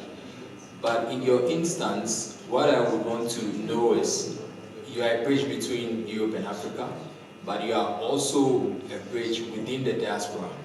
So what I want to understand is, from a cultural perspective, how easy or how difficult is it, or what are the opportunities for somebody who's been living in France their whole life to transition into Ghana, which is an English-speaking country, probably different culture, and how they can navigate that entire whole new world and to be able to thrive in Ghana? Okay, so I think I'll share my experience, because that's basically what I did when I went to Ghana. I had lived though in Cameroon, Benin, and France before going to Ghana. I had traveled there. But I think when you want to go to a new country and embrace a new culture, you need to be open-minded. And one of the things that helped me, of course, I have my sister in Ghana, so I have to mention it because it was something very helpful. But beyond that, I wanted to be there. And although I had the fear of moving back, I think Ghana is an opportunity because you get to be in a country which is open to many other cultures. If I had flown to Côte d'Ivoire, I wouldn't differentiate myself from other law firms founded by people with a similar background to mine. But when I arrived to Ghana, and that's why I went there actually, there was no lawyer with my background able to understand the two cultures. And this is what we are doing. Our baseline of my firm, which is Lem & Co, is your bridge to Africa. We actually help companies coming to Ghana and going to other countries. And the cultural aspect is something that you can, it's not a difficulty if you are open-minded. And if you also partner with people when you come to the country. If you accept to partner with people who know better and you are open-minded. I think that the mindset is very important. Yeah. I see a lot of Francophones struggling with the language, and the worst thing to do is to come to Ghana when you have a French background and to only interact with French people. That's a mistake that I often see, and then you feel that your experience is not what you were expecting. But Ghanaian people are very open-minded people, and they are open to other cultures. But you also need to make that effort. And so I stayed 6 years, so it takes time, but you need to have that will. Yes, thank you for that very comprehensive answer. And you mentioned quite a few things. We'll get back to those. But one thing you mentioned was the fact that if you want to collaborate or be a good partner, you need to be open to listen. So we will now move to Coralie, who does a lot of works with partnerships and collaborations. And I know you are a big supporter of listening. And when the ambassador was speaking, she mentioned that it's now Africa's time, but we don't need to be told what to do. The rest of the world needs to listen to what we have to say and how we want to do things. So from your perspective, and especially the work that you do with the university, which is like a thought center, what do you think we can do to drive some momentum along the lines of people listening more to what Africa has to say and being able to hear more about our opportunities and how we want to do things in a way that's equitable for us as well? Thank you so much. It's an excellent question. I think the key word here is dialogue. Dialogue, partnership. So to give you a bit of a context, Sciences Po is a university that has existed for 150 years, and during the entire history of the university, the ties with the continent have been diverse and quite strong. Because we know that by 2030, there will be 375 million young Africans looking to find meaningful and dignifying opportunities. So we know there is something here that needs to be done. So we created, and I'm still part of this as well, we're continuing to create partnerships with universities on the continent. We have 34 partnerships with universities on the continent, including the Kwame Nkrumah University, the University of Accra, Cape Coast. And what we do is that we try to really connect with academics, local experts, who are able to help us find tailored solutions, and we try to bring them as well our standards in terms of what we know best, meaning we're expert at social sciences and humanities, politics, law, history, economics, and history. So we try to merge what we do best with their local expertise, and that's how we find solutions. That's how we are able to create top diplomas and certificates. One of them, for instance, is one that we've created very recently, is specifically tailored to export-oriented companies in Ghana, looking to export in Francophone countries. Because right now, Sub-Saharan Africa, for instance, accounts for only 9.4% of the trading environment of Ghana. Cote d'Ivoire ranks 22nd as a trading partner in Ghana, so that's less than 1%. Burkina Faso is 18th. So we know there is a lot to do, so we try to create bridges so we can communicate, dialogue, listen, as you mentioned. And that allows for us to build this momentum with certificates that are really specific niche but pivotal for the continent, its diaspora, and for our students. Thank you.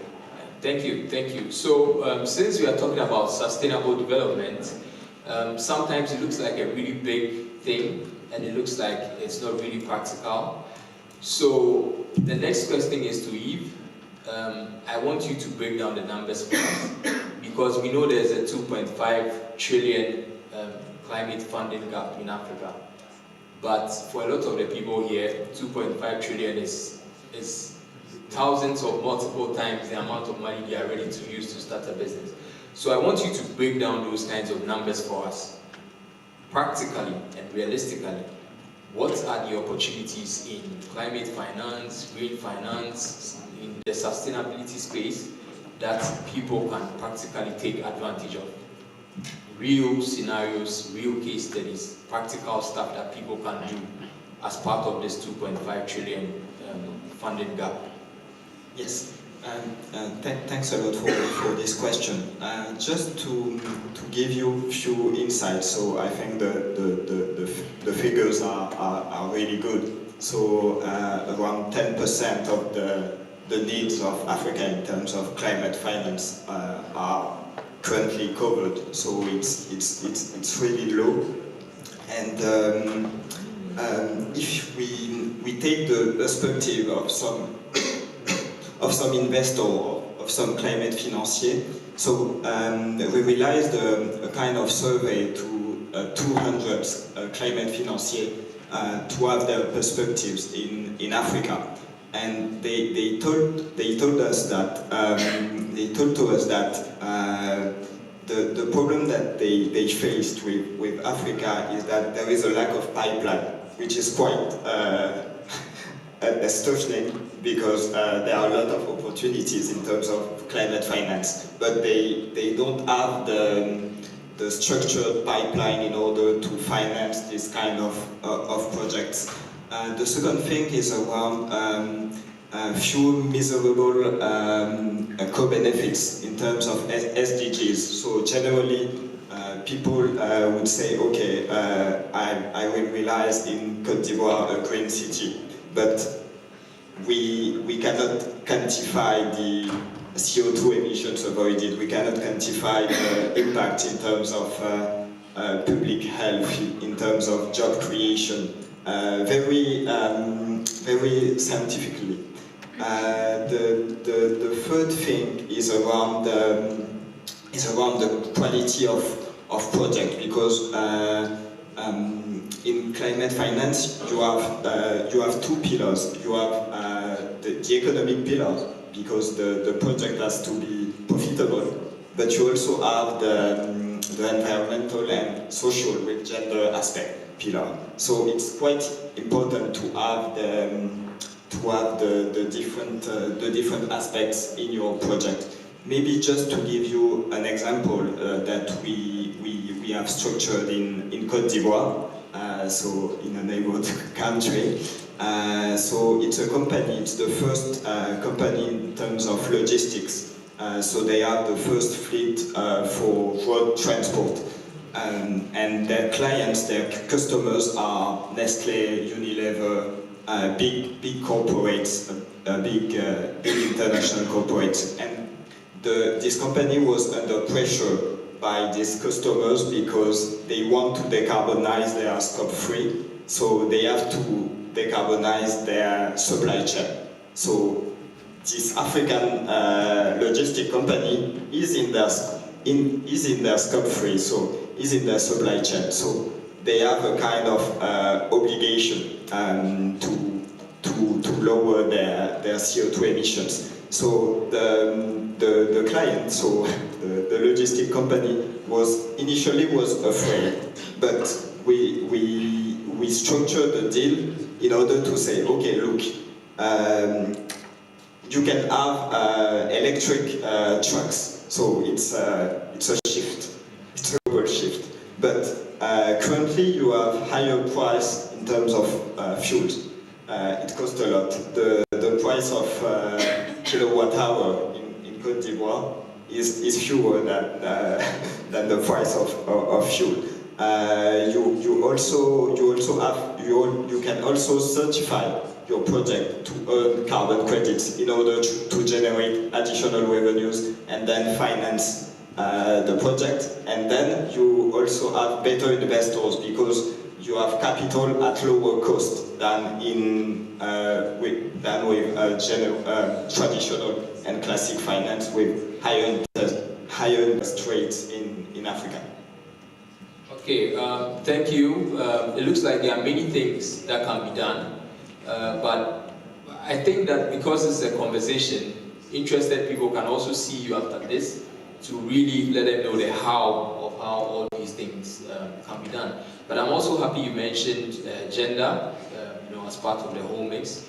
And so I would like to now speak to Sarah, who's leading a network of business people, getting them into business and doing a lot of things. And because she mentioned soccer wives, I think the idea also is that there's some capital that can be, mobilized to do this. So I just want to know from you, what are some of the key areas that the women in your network are invested in? And if you could just speak about the viability of those opportunities and how people here could also take advantage of those opportunities as how they can start to get into business in Africa. That's also a good question. During the workshops that I do and the events, what I see is that, first of all, the soccer wives are very young. It's between usually 20 and 35. So what they are trying to do is they have the money and they're trying to find either a project to invest in. So what I'm trying to do is creating also like an investment fund and presenting them projects where they can, where I would also first of all invest in, and then they would also follow me on it. And for the other ones, either they have already companies in Africa and in France, and as I told you before, one of them, for example, she has like a fashion company in France, and now she's doing, having a logistic company in Congo. They transport oil, and she almost left the fashion company in France, and she's focusing totally on Africa, and she's like confirming me what you're also saying all day, that Africa is economically growing, and yeah, this is something that even me, I want to invest in Ghana. You should. It was very convincing. So yeah, this is something from this experience I can share with you. Okay, thank you very much. So this is the last question that I will be asking. You as the audience will have the chance to ask a few more. This final one is to Pascal, because Pascal, you spent a lot of time in a lot of African countries. We just want to have your view on the opportunities again, and we want it very practical, the opportunities, areas that the diaspora can get into, you know, to have a bite of this big African pie we've been speaking about. Thank you very much. So I think Yofi Grant said it all already. So I will just echo to what it said. I think it's about optimism, and it's also about to believe in yourself and to fight. And let me explain myself a bit into that. Let's say if you are in Europe, let's say you have a lot of money, you want to invest a few hundred of thousands or a few million of US dollars it can be in shares, in whatever you want. The best you can get is a few percent, at the best. If you do that in Africa, you're smart enough, brave enough to invest in the right sector. You can do 10, 20, 30, 40, 50%. There is no chance you do that in France. It's impossible. It's just impossible. Because there is no scalability. And as you said, it's not because by chance that most of the big companies are now moving to Africa. Because the scale-up possibility is infinite. Just infinite. So I would say, on a very practical perspective, it's about having the right allies, the right counterpart, the right stakeholders. And I would say, start small. You know, I have a lot of friends from various levels. Some of them are very wealthy, or they are just average people. But they always think about, you know, the big project that never come, that never deliver, that never exist. If you have 10,000 euros, you can fund a company in Africa. You just, of course, there is, I will not give you example now because there are countless of examples. You find the right people, they trust, the opportunity in agro-industry, the opportunity in import-export. And the thing is, look for the SMEs. The SMEs need between, let's say, 10,000 and 100,000 to scale up the business. This is where you make money. Because if you go and see Dangote and say, I have 1 million to invest, even Dangote, 1 million might say a lot for you. Dangote will laugh. Say, my friend, you know, maybe come when you have 1 million. So if you want to make money, start with the SMEs, with the fintech, in agriculture. There are plenty of people. Of course, you need to make your due diligence. JPC agency are there for that. But don't be afraid. Don't be afraid. Take an amount of money that won't kill you and try your best. And if you are lazy, just buy some lands. That's the lazy investment. You don't want to invest, you're not confident, just make sure it's backed up, you have the right, etc., the land right. By that, more countries are more advanced on that. If you buy a land, I have a friend, she bought an apartment a few years ago. The value of the apartment has doubled in a few years. Same for lands. Because when you're building roads and infrastructure, why are you going to find that in Europe? It's impossible. You can do whatever you want. You won't find it. But in Africa, if you buy a land, you wait a few years, especially in the neighborhood of the city, 30, 40, 50%, 100, 200%. So if you're a lazy investor, just buy some lands and we'll come and make the business for you on it. Thank you very much. I think Pascal essentially believes Europe is maxed out and Africa is... Don't make me say what I didn't say. But I believe in partnerships. Yes, but it's true and it's real that these opportunities are in Africa, and there's a realistic way to go about it. Start small, be open, as she said, engage with the right partners. Chloe says listen, and then it's possible to get it going and to have some success in Africa. So now we will open up the floor. If you have any questions to any of the panelists, you can simply direct it to any one of your choice, and we will, yes. I'm Yassir, co-founder of Breaken. My question is, we see the involvement of doctors. So we see in other continents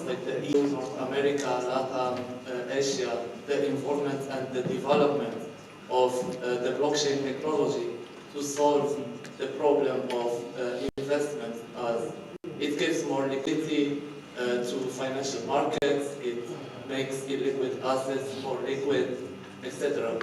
But we see that there is still, if we can say, a slow environment in Africa. So my question is, what would be the regulatory challenges in Africa to create an ecosystem that allows the technology to solve the problems that we were hearing even before today? Like, for example, the speed of investments, the visibility of African assets, and accessibility for the global investment ecosystem. Thank you. Okay, who do you want to answer that? I think the best would be Pascal and Thank you. As I'm a gentleman, I will let you respond. But let's take all the questions. So if there is another question, if there's any question, okay, sure. Okay, another question. Okay. From the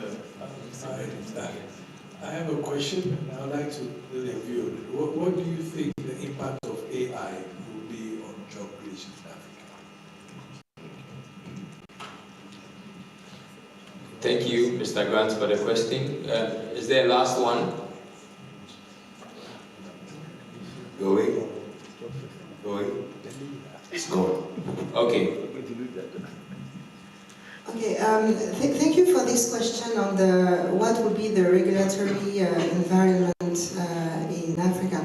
So what we see today is that in terms of technology, I think there is a misperception of how Africa is ready to welcome this kind of investment or technology.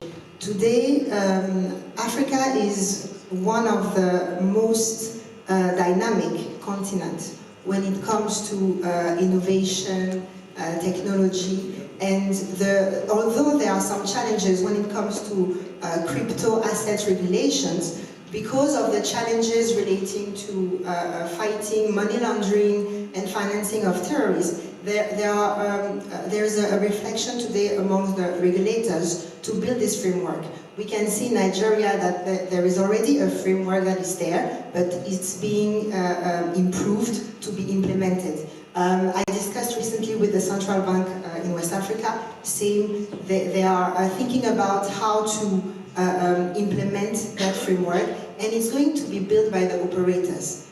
I mean, when we have seen that with mobile money. Mobile money innovation has been led by the operators, and the regulators are very open to understand what is needed. And usually regulations follows operations. The only thing is that you need to be well advised to do things in a legal framework.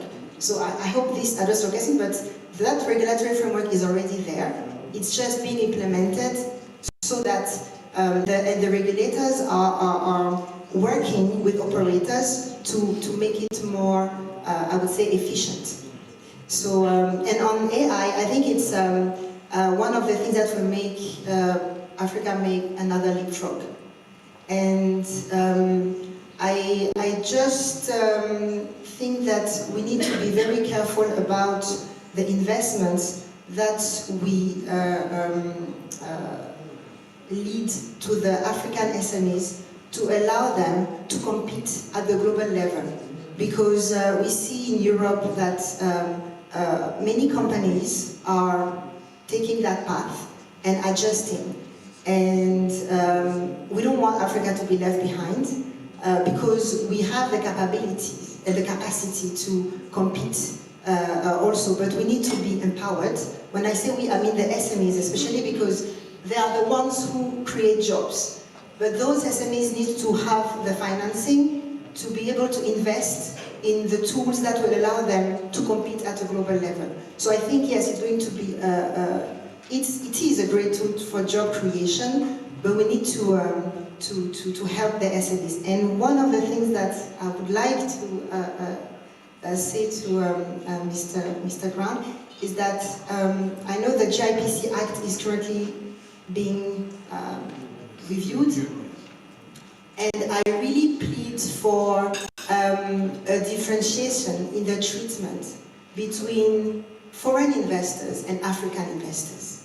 Ghana has a responsibility as the host of the General Secretariat of the African Free Trade area, and we need to be able to welcome African SMEs, African entrepreneurs, African tourists.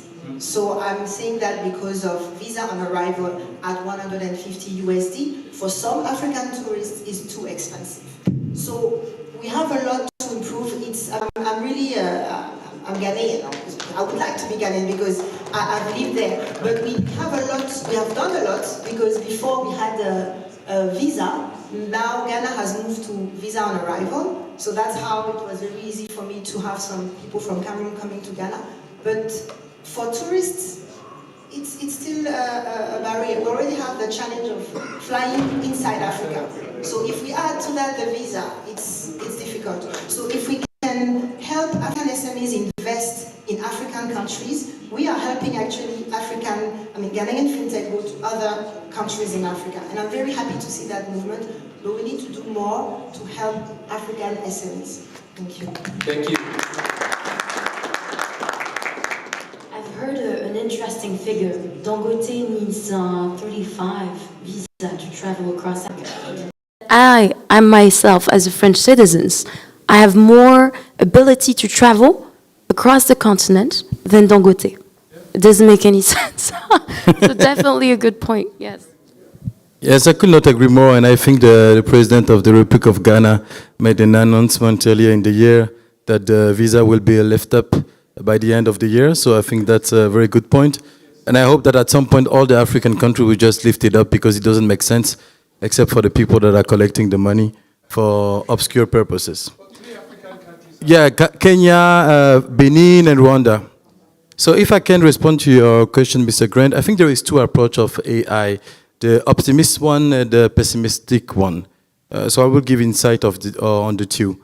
On the pessimistic side, I think where we have to be very careful is to capacity building and to make sure that the people we have are skilled enough and trained enough to tackle these challenges. And to be honest, I don't think our government are investing enough in it today. For me, it should start the earlier possible. It should start. In high school, people should already be trained to code. Our generation didn't have that chance. But today, you have to start to code. It has to be basic, just like public speaking skills. Otherwise, you're 30 or 40 years old, and then you're just lost in the world. And in Africa, we are not taking this matter seriously. The second issue is the data. Today we are speaking, I don't think there is a single company in whole Africa that can build a data center, a real one, I mean.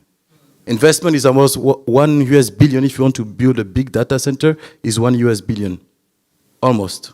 So it's huge. You don't have no company that's doing it. Of course, Amazon and all the guys, they are building data center, but this is not African companies. And data is money, especially in Africa where most of the data are under the radar. If you take country like Nigeria, DRC, can you imagine the wealth you can generate with data? It's huge. But we're not taking advantage of it. So this is the pessimistic approach. But the optimistic one, and I'm an optimistic, of course, I think AI will be a disaster for lazy people and for people that are not they're not engaging into the next world. The added value, the higher skills cannot be replaced by AI. If you're sharp, if you're hard worker, there are some skills that a machine cannot do yet. Or when it will be able to do it, it will be maybe in century or something like that. So for me, AI is like money. It has to work for you, not the other way around.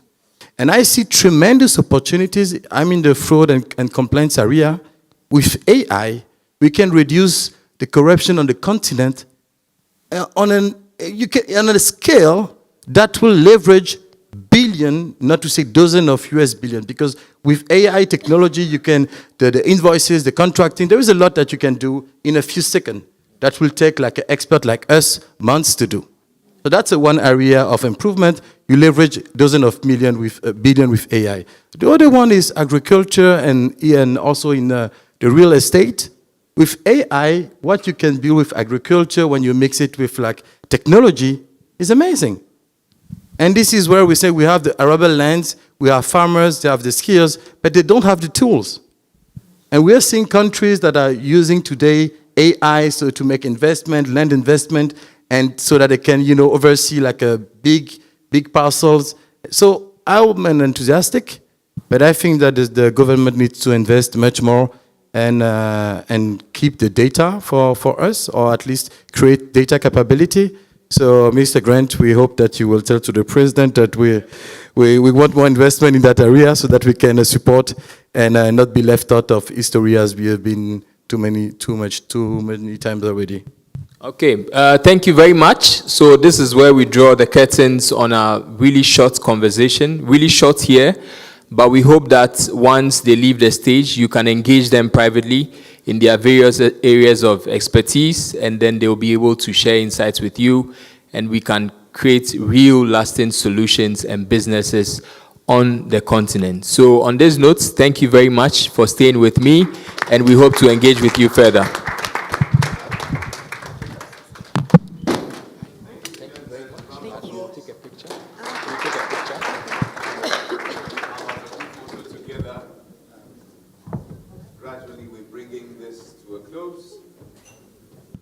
We shall have 2 short remarks, and then we shall take a family photo together, all of us who have stayed till the end.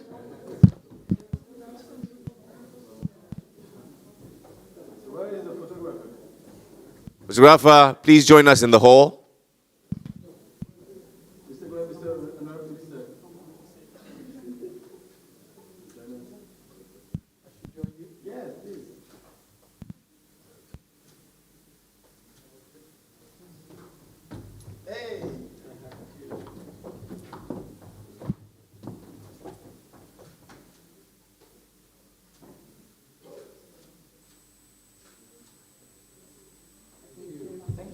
Okay. So, ladies and gentlemen, I ask that we just stay for 5 minutes as we bring this to a close, and then we will take one group photo together. Vibrant cultures and boundless spirits. Welcome to Ghana, the heartbeat of Africa, where nature and culture harmoniously exist. Feel the rhythm of life as you wander through the vibrant market and witness the infectious joy and warmth of the Ghanaian people, their skill and determination that provides sustenance for their communities. Immerse yourself in the rhythms of the drum, the graceful movement of traditional dance, and symphony of cultures, languages, and traditions that coexist in harmony. Explore the rich history of Ghana. Bring it down, bring it down, bring it down. Through the corridors of our historic forts and ladies castles. And gentlemen, a reminder. It's my pleasure to invite our CEO of the GIPC to formally close us.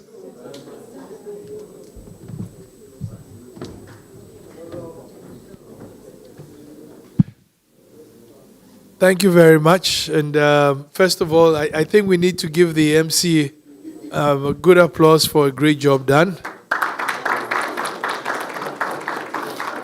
But I'm particularly impressed that we've stayed the course throughout and been here. I believe that there's a lot of capacity in this room. There's a lot of potential in this room, but it really depends on you. All I can tell you, having gone around Africa a number of times, the continent is ready. It is ready, and even as we speak of the opportunities, it's still not going to be a walk in the park. And as Pascal said, and I said earlier, Africa is not for the lazy person. But for the hardworking who sees solutions, it's a paradise. With some colleagues, we built an investment banking practice on the continent, and it's gone far. I've seen others build small businesses that have grown. And I'm telling you that the power of the diaspora is certainly one to behold in Africa. Unfortunately, we don't have time, but we have loads of videos of companies built by the diaspora, and all of them started small. And today are big. I mean, I can show you in Ghana, we have developers who started 2-3 houses and today are doing 200-400 houses. So the opportunity is there. We need to change the story. And like I keep saying, if today we can see companies, British companies, German companies, French companies, American companies, rushing to do stuff, we have absolutely no business sitting at the back when we have a stake in the continent, not going for those businesses. So it's my pleasure to have hosted all of you. We look forward to seeing you again. We have 2 officers from GIPC here. There's Marina and there's Joseph. So if you want to know more about Ghana and more about the things that we're doing across the globe, I think you can have your cards and we will get back to you. So it's my pleasure again to say thank you very much. I actually flew in this morning and came almost straight here and flying out again tomorrow because I think this is like an evangelism. We need to let our brothers and sisters on the continent know that the continent is waiting for you. It is as much as yours as it is mine. And we look forward to seeing you. If there's any help we can give to you across any country, we are here. So thank you very much and have a very good evening. And look forward to seeing you. Ladies and gentlemen, we made it to the end. How about a group photo together? Mr. Grant together with Deputy Minister Matthias. Let's have all the team members, Marina, Seyram. But today, ladies and gentlemen, I'd like to acknowledge especially the president of the Ghanaian community in France, the GHACIF, and the GCCP, that is the Ghana Coordinating Council, Paris. Please make welcome Mr. Osei Mensah Michael, the Honorable. A round of applause for him.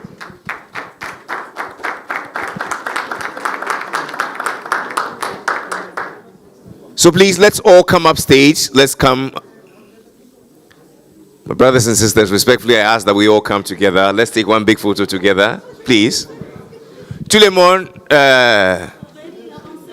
avancez les stages, les captures, les photos. Where's Marina?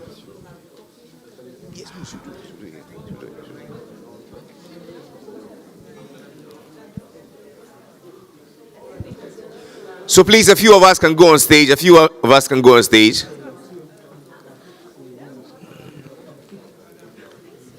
Let's take one big photo together, mon ami, please. And taking the spectacular beauty of nature. A number of us can go on stage, please.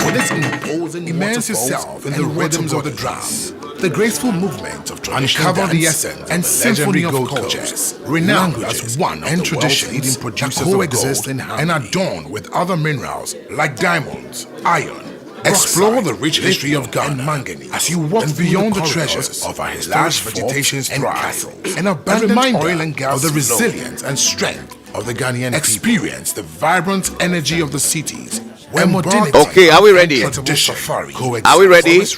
While you're getting your photos together, she gave us the sweetest rendition of the French anthem. Please, a round of applause. And the Ghanaian anthem. But this evening she comes with a special gift for all of us. In 2 minutes, just tell us what the gift is. 2 minutes. Okay. Bonsoir, good evening everyone. Very, very quickly, I'm actually here in a different capacity. I am a creative professional, a musician, but I'm also an ambassador for a Ghanaian fintech company called IT Consortium, and they have a platform called Chango. So my colleague Michael and I are actually here in the Schengen region doing some engagement with the Ghanaian diaspora. The president of the Diaspora Association here, we've been in touch with him. Also with Atta Mike, who's the programs coordinator. They've been very helpful. We're here, we've been in Germany, we'll go to Spain, but essentially it is an app, a platform where people can donate to fundraising causes in Ghana. So Ghanaians in the diaspora who want to give back, maybe they have programs or projects in their hometown, they can use Chango to do that. It also has a group contribution aspect to it. I can't say much about it now, but all I'll ask is you check out our website, changoapp.com, or download the app from your Play Store or App Store. And I appreciate the chance to tell you about Chango today. Thank you so much. Thank you. It is Ghanaian made, conceptualized. Ghanaian engineers are behind the whole thing. Please do invest in Ghana and Africa and in the creative sector as well, please. We need it. Thank you. And so to this end, we close on the high. We're going to say, grow in Ghana, grow with Ghana. Can we say that together? Grow in Ghana, grow with Ghana. So on the count of 3, we're going to do that. Are we ready? And so right here, where's my listening? Okay, so on 1, 2, 3. Grow in Ghana, grow with Ghana. For the next time, 1, 2, 3. Grow in Ghana, grow with Ghana. For the last time, GIPC. And so this is our message to the whole wide world, starting from right here in Paris, France. We move next to Germany, and then to Italy, and then finally to Switzerland. From all of us here, we say good night, goodbye, but remember, grow in Ghana, grow with Ghana.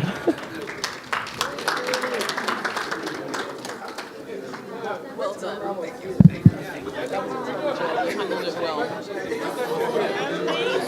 You are very good at it was a great evening, thanks to you, really. You see, president of the Diaspora Association, Yes, but we haven't. we should have known, so we give him My good friend.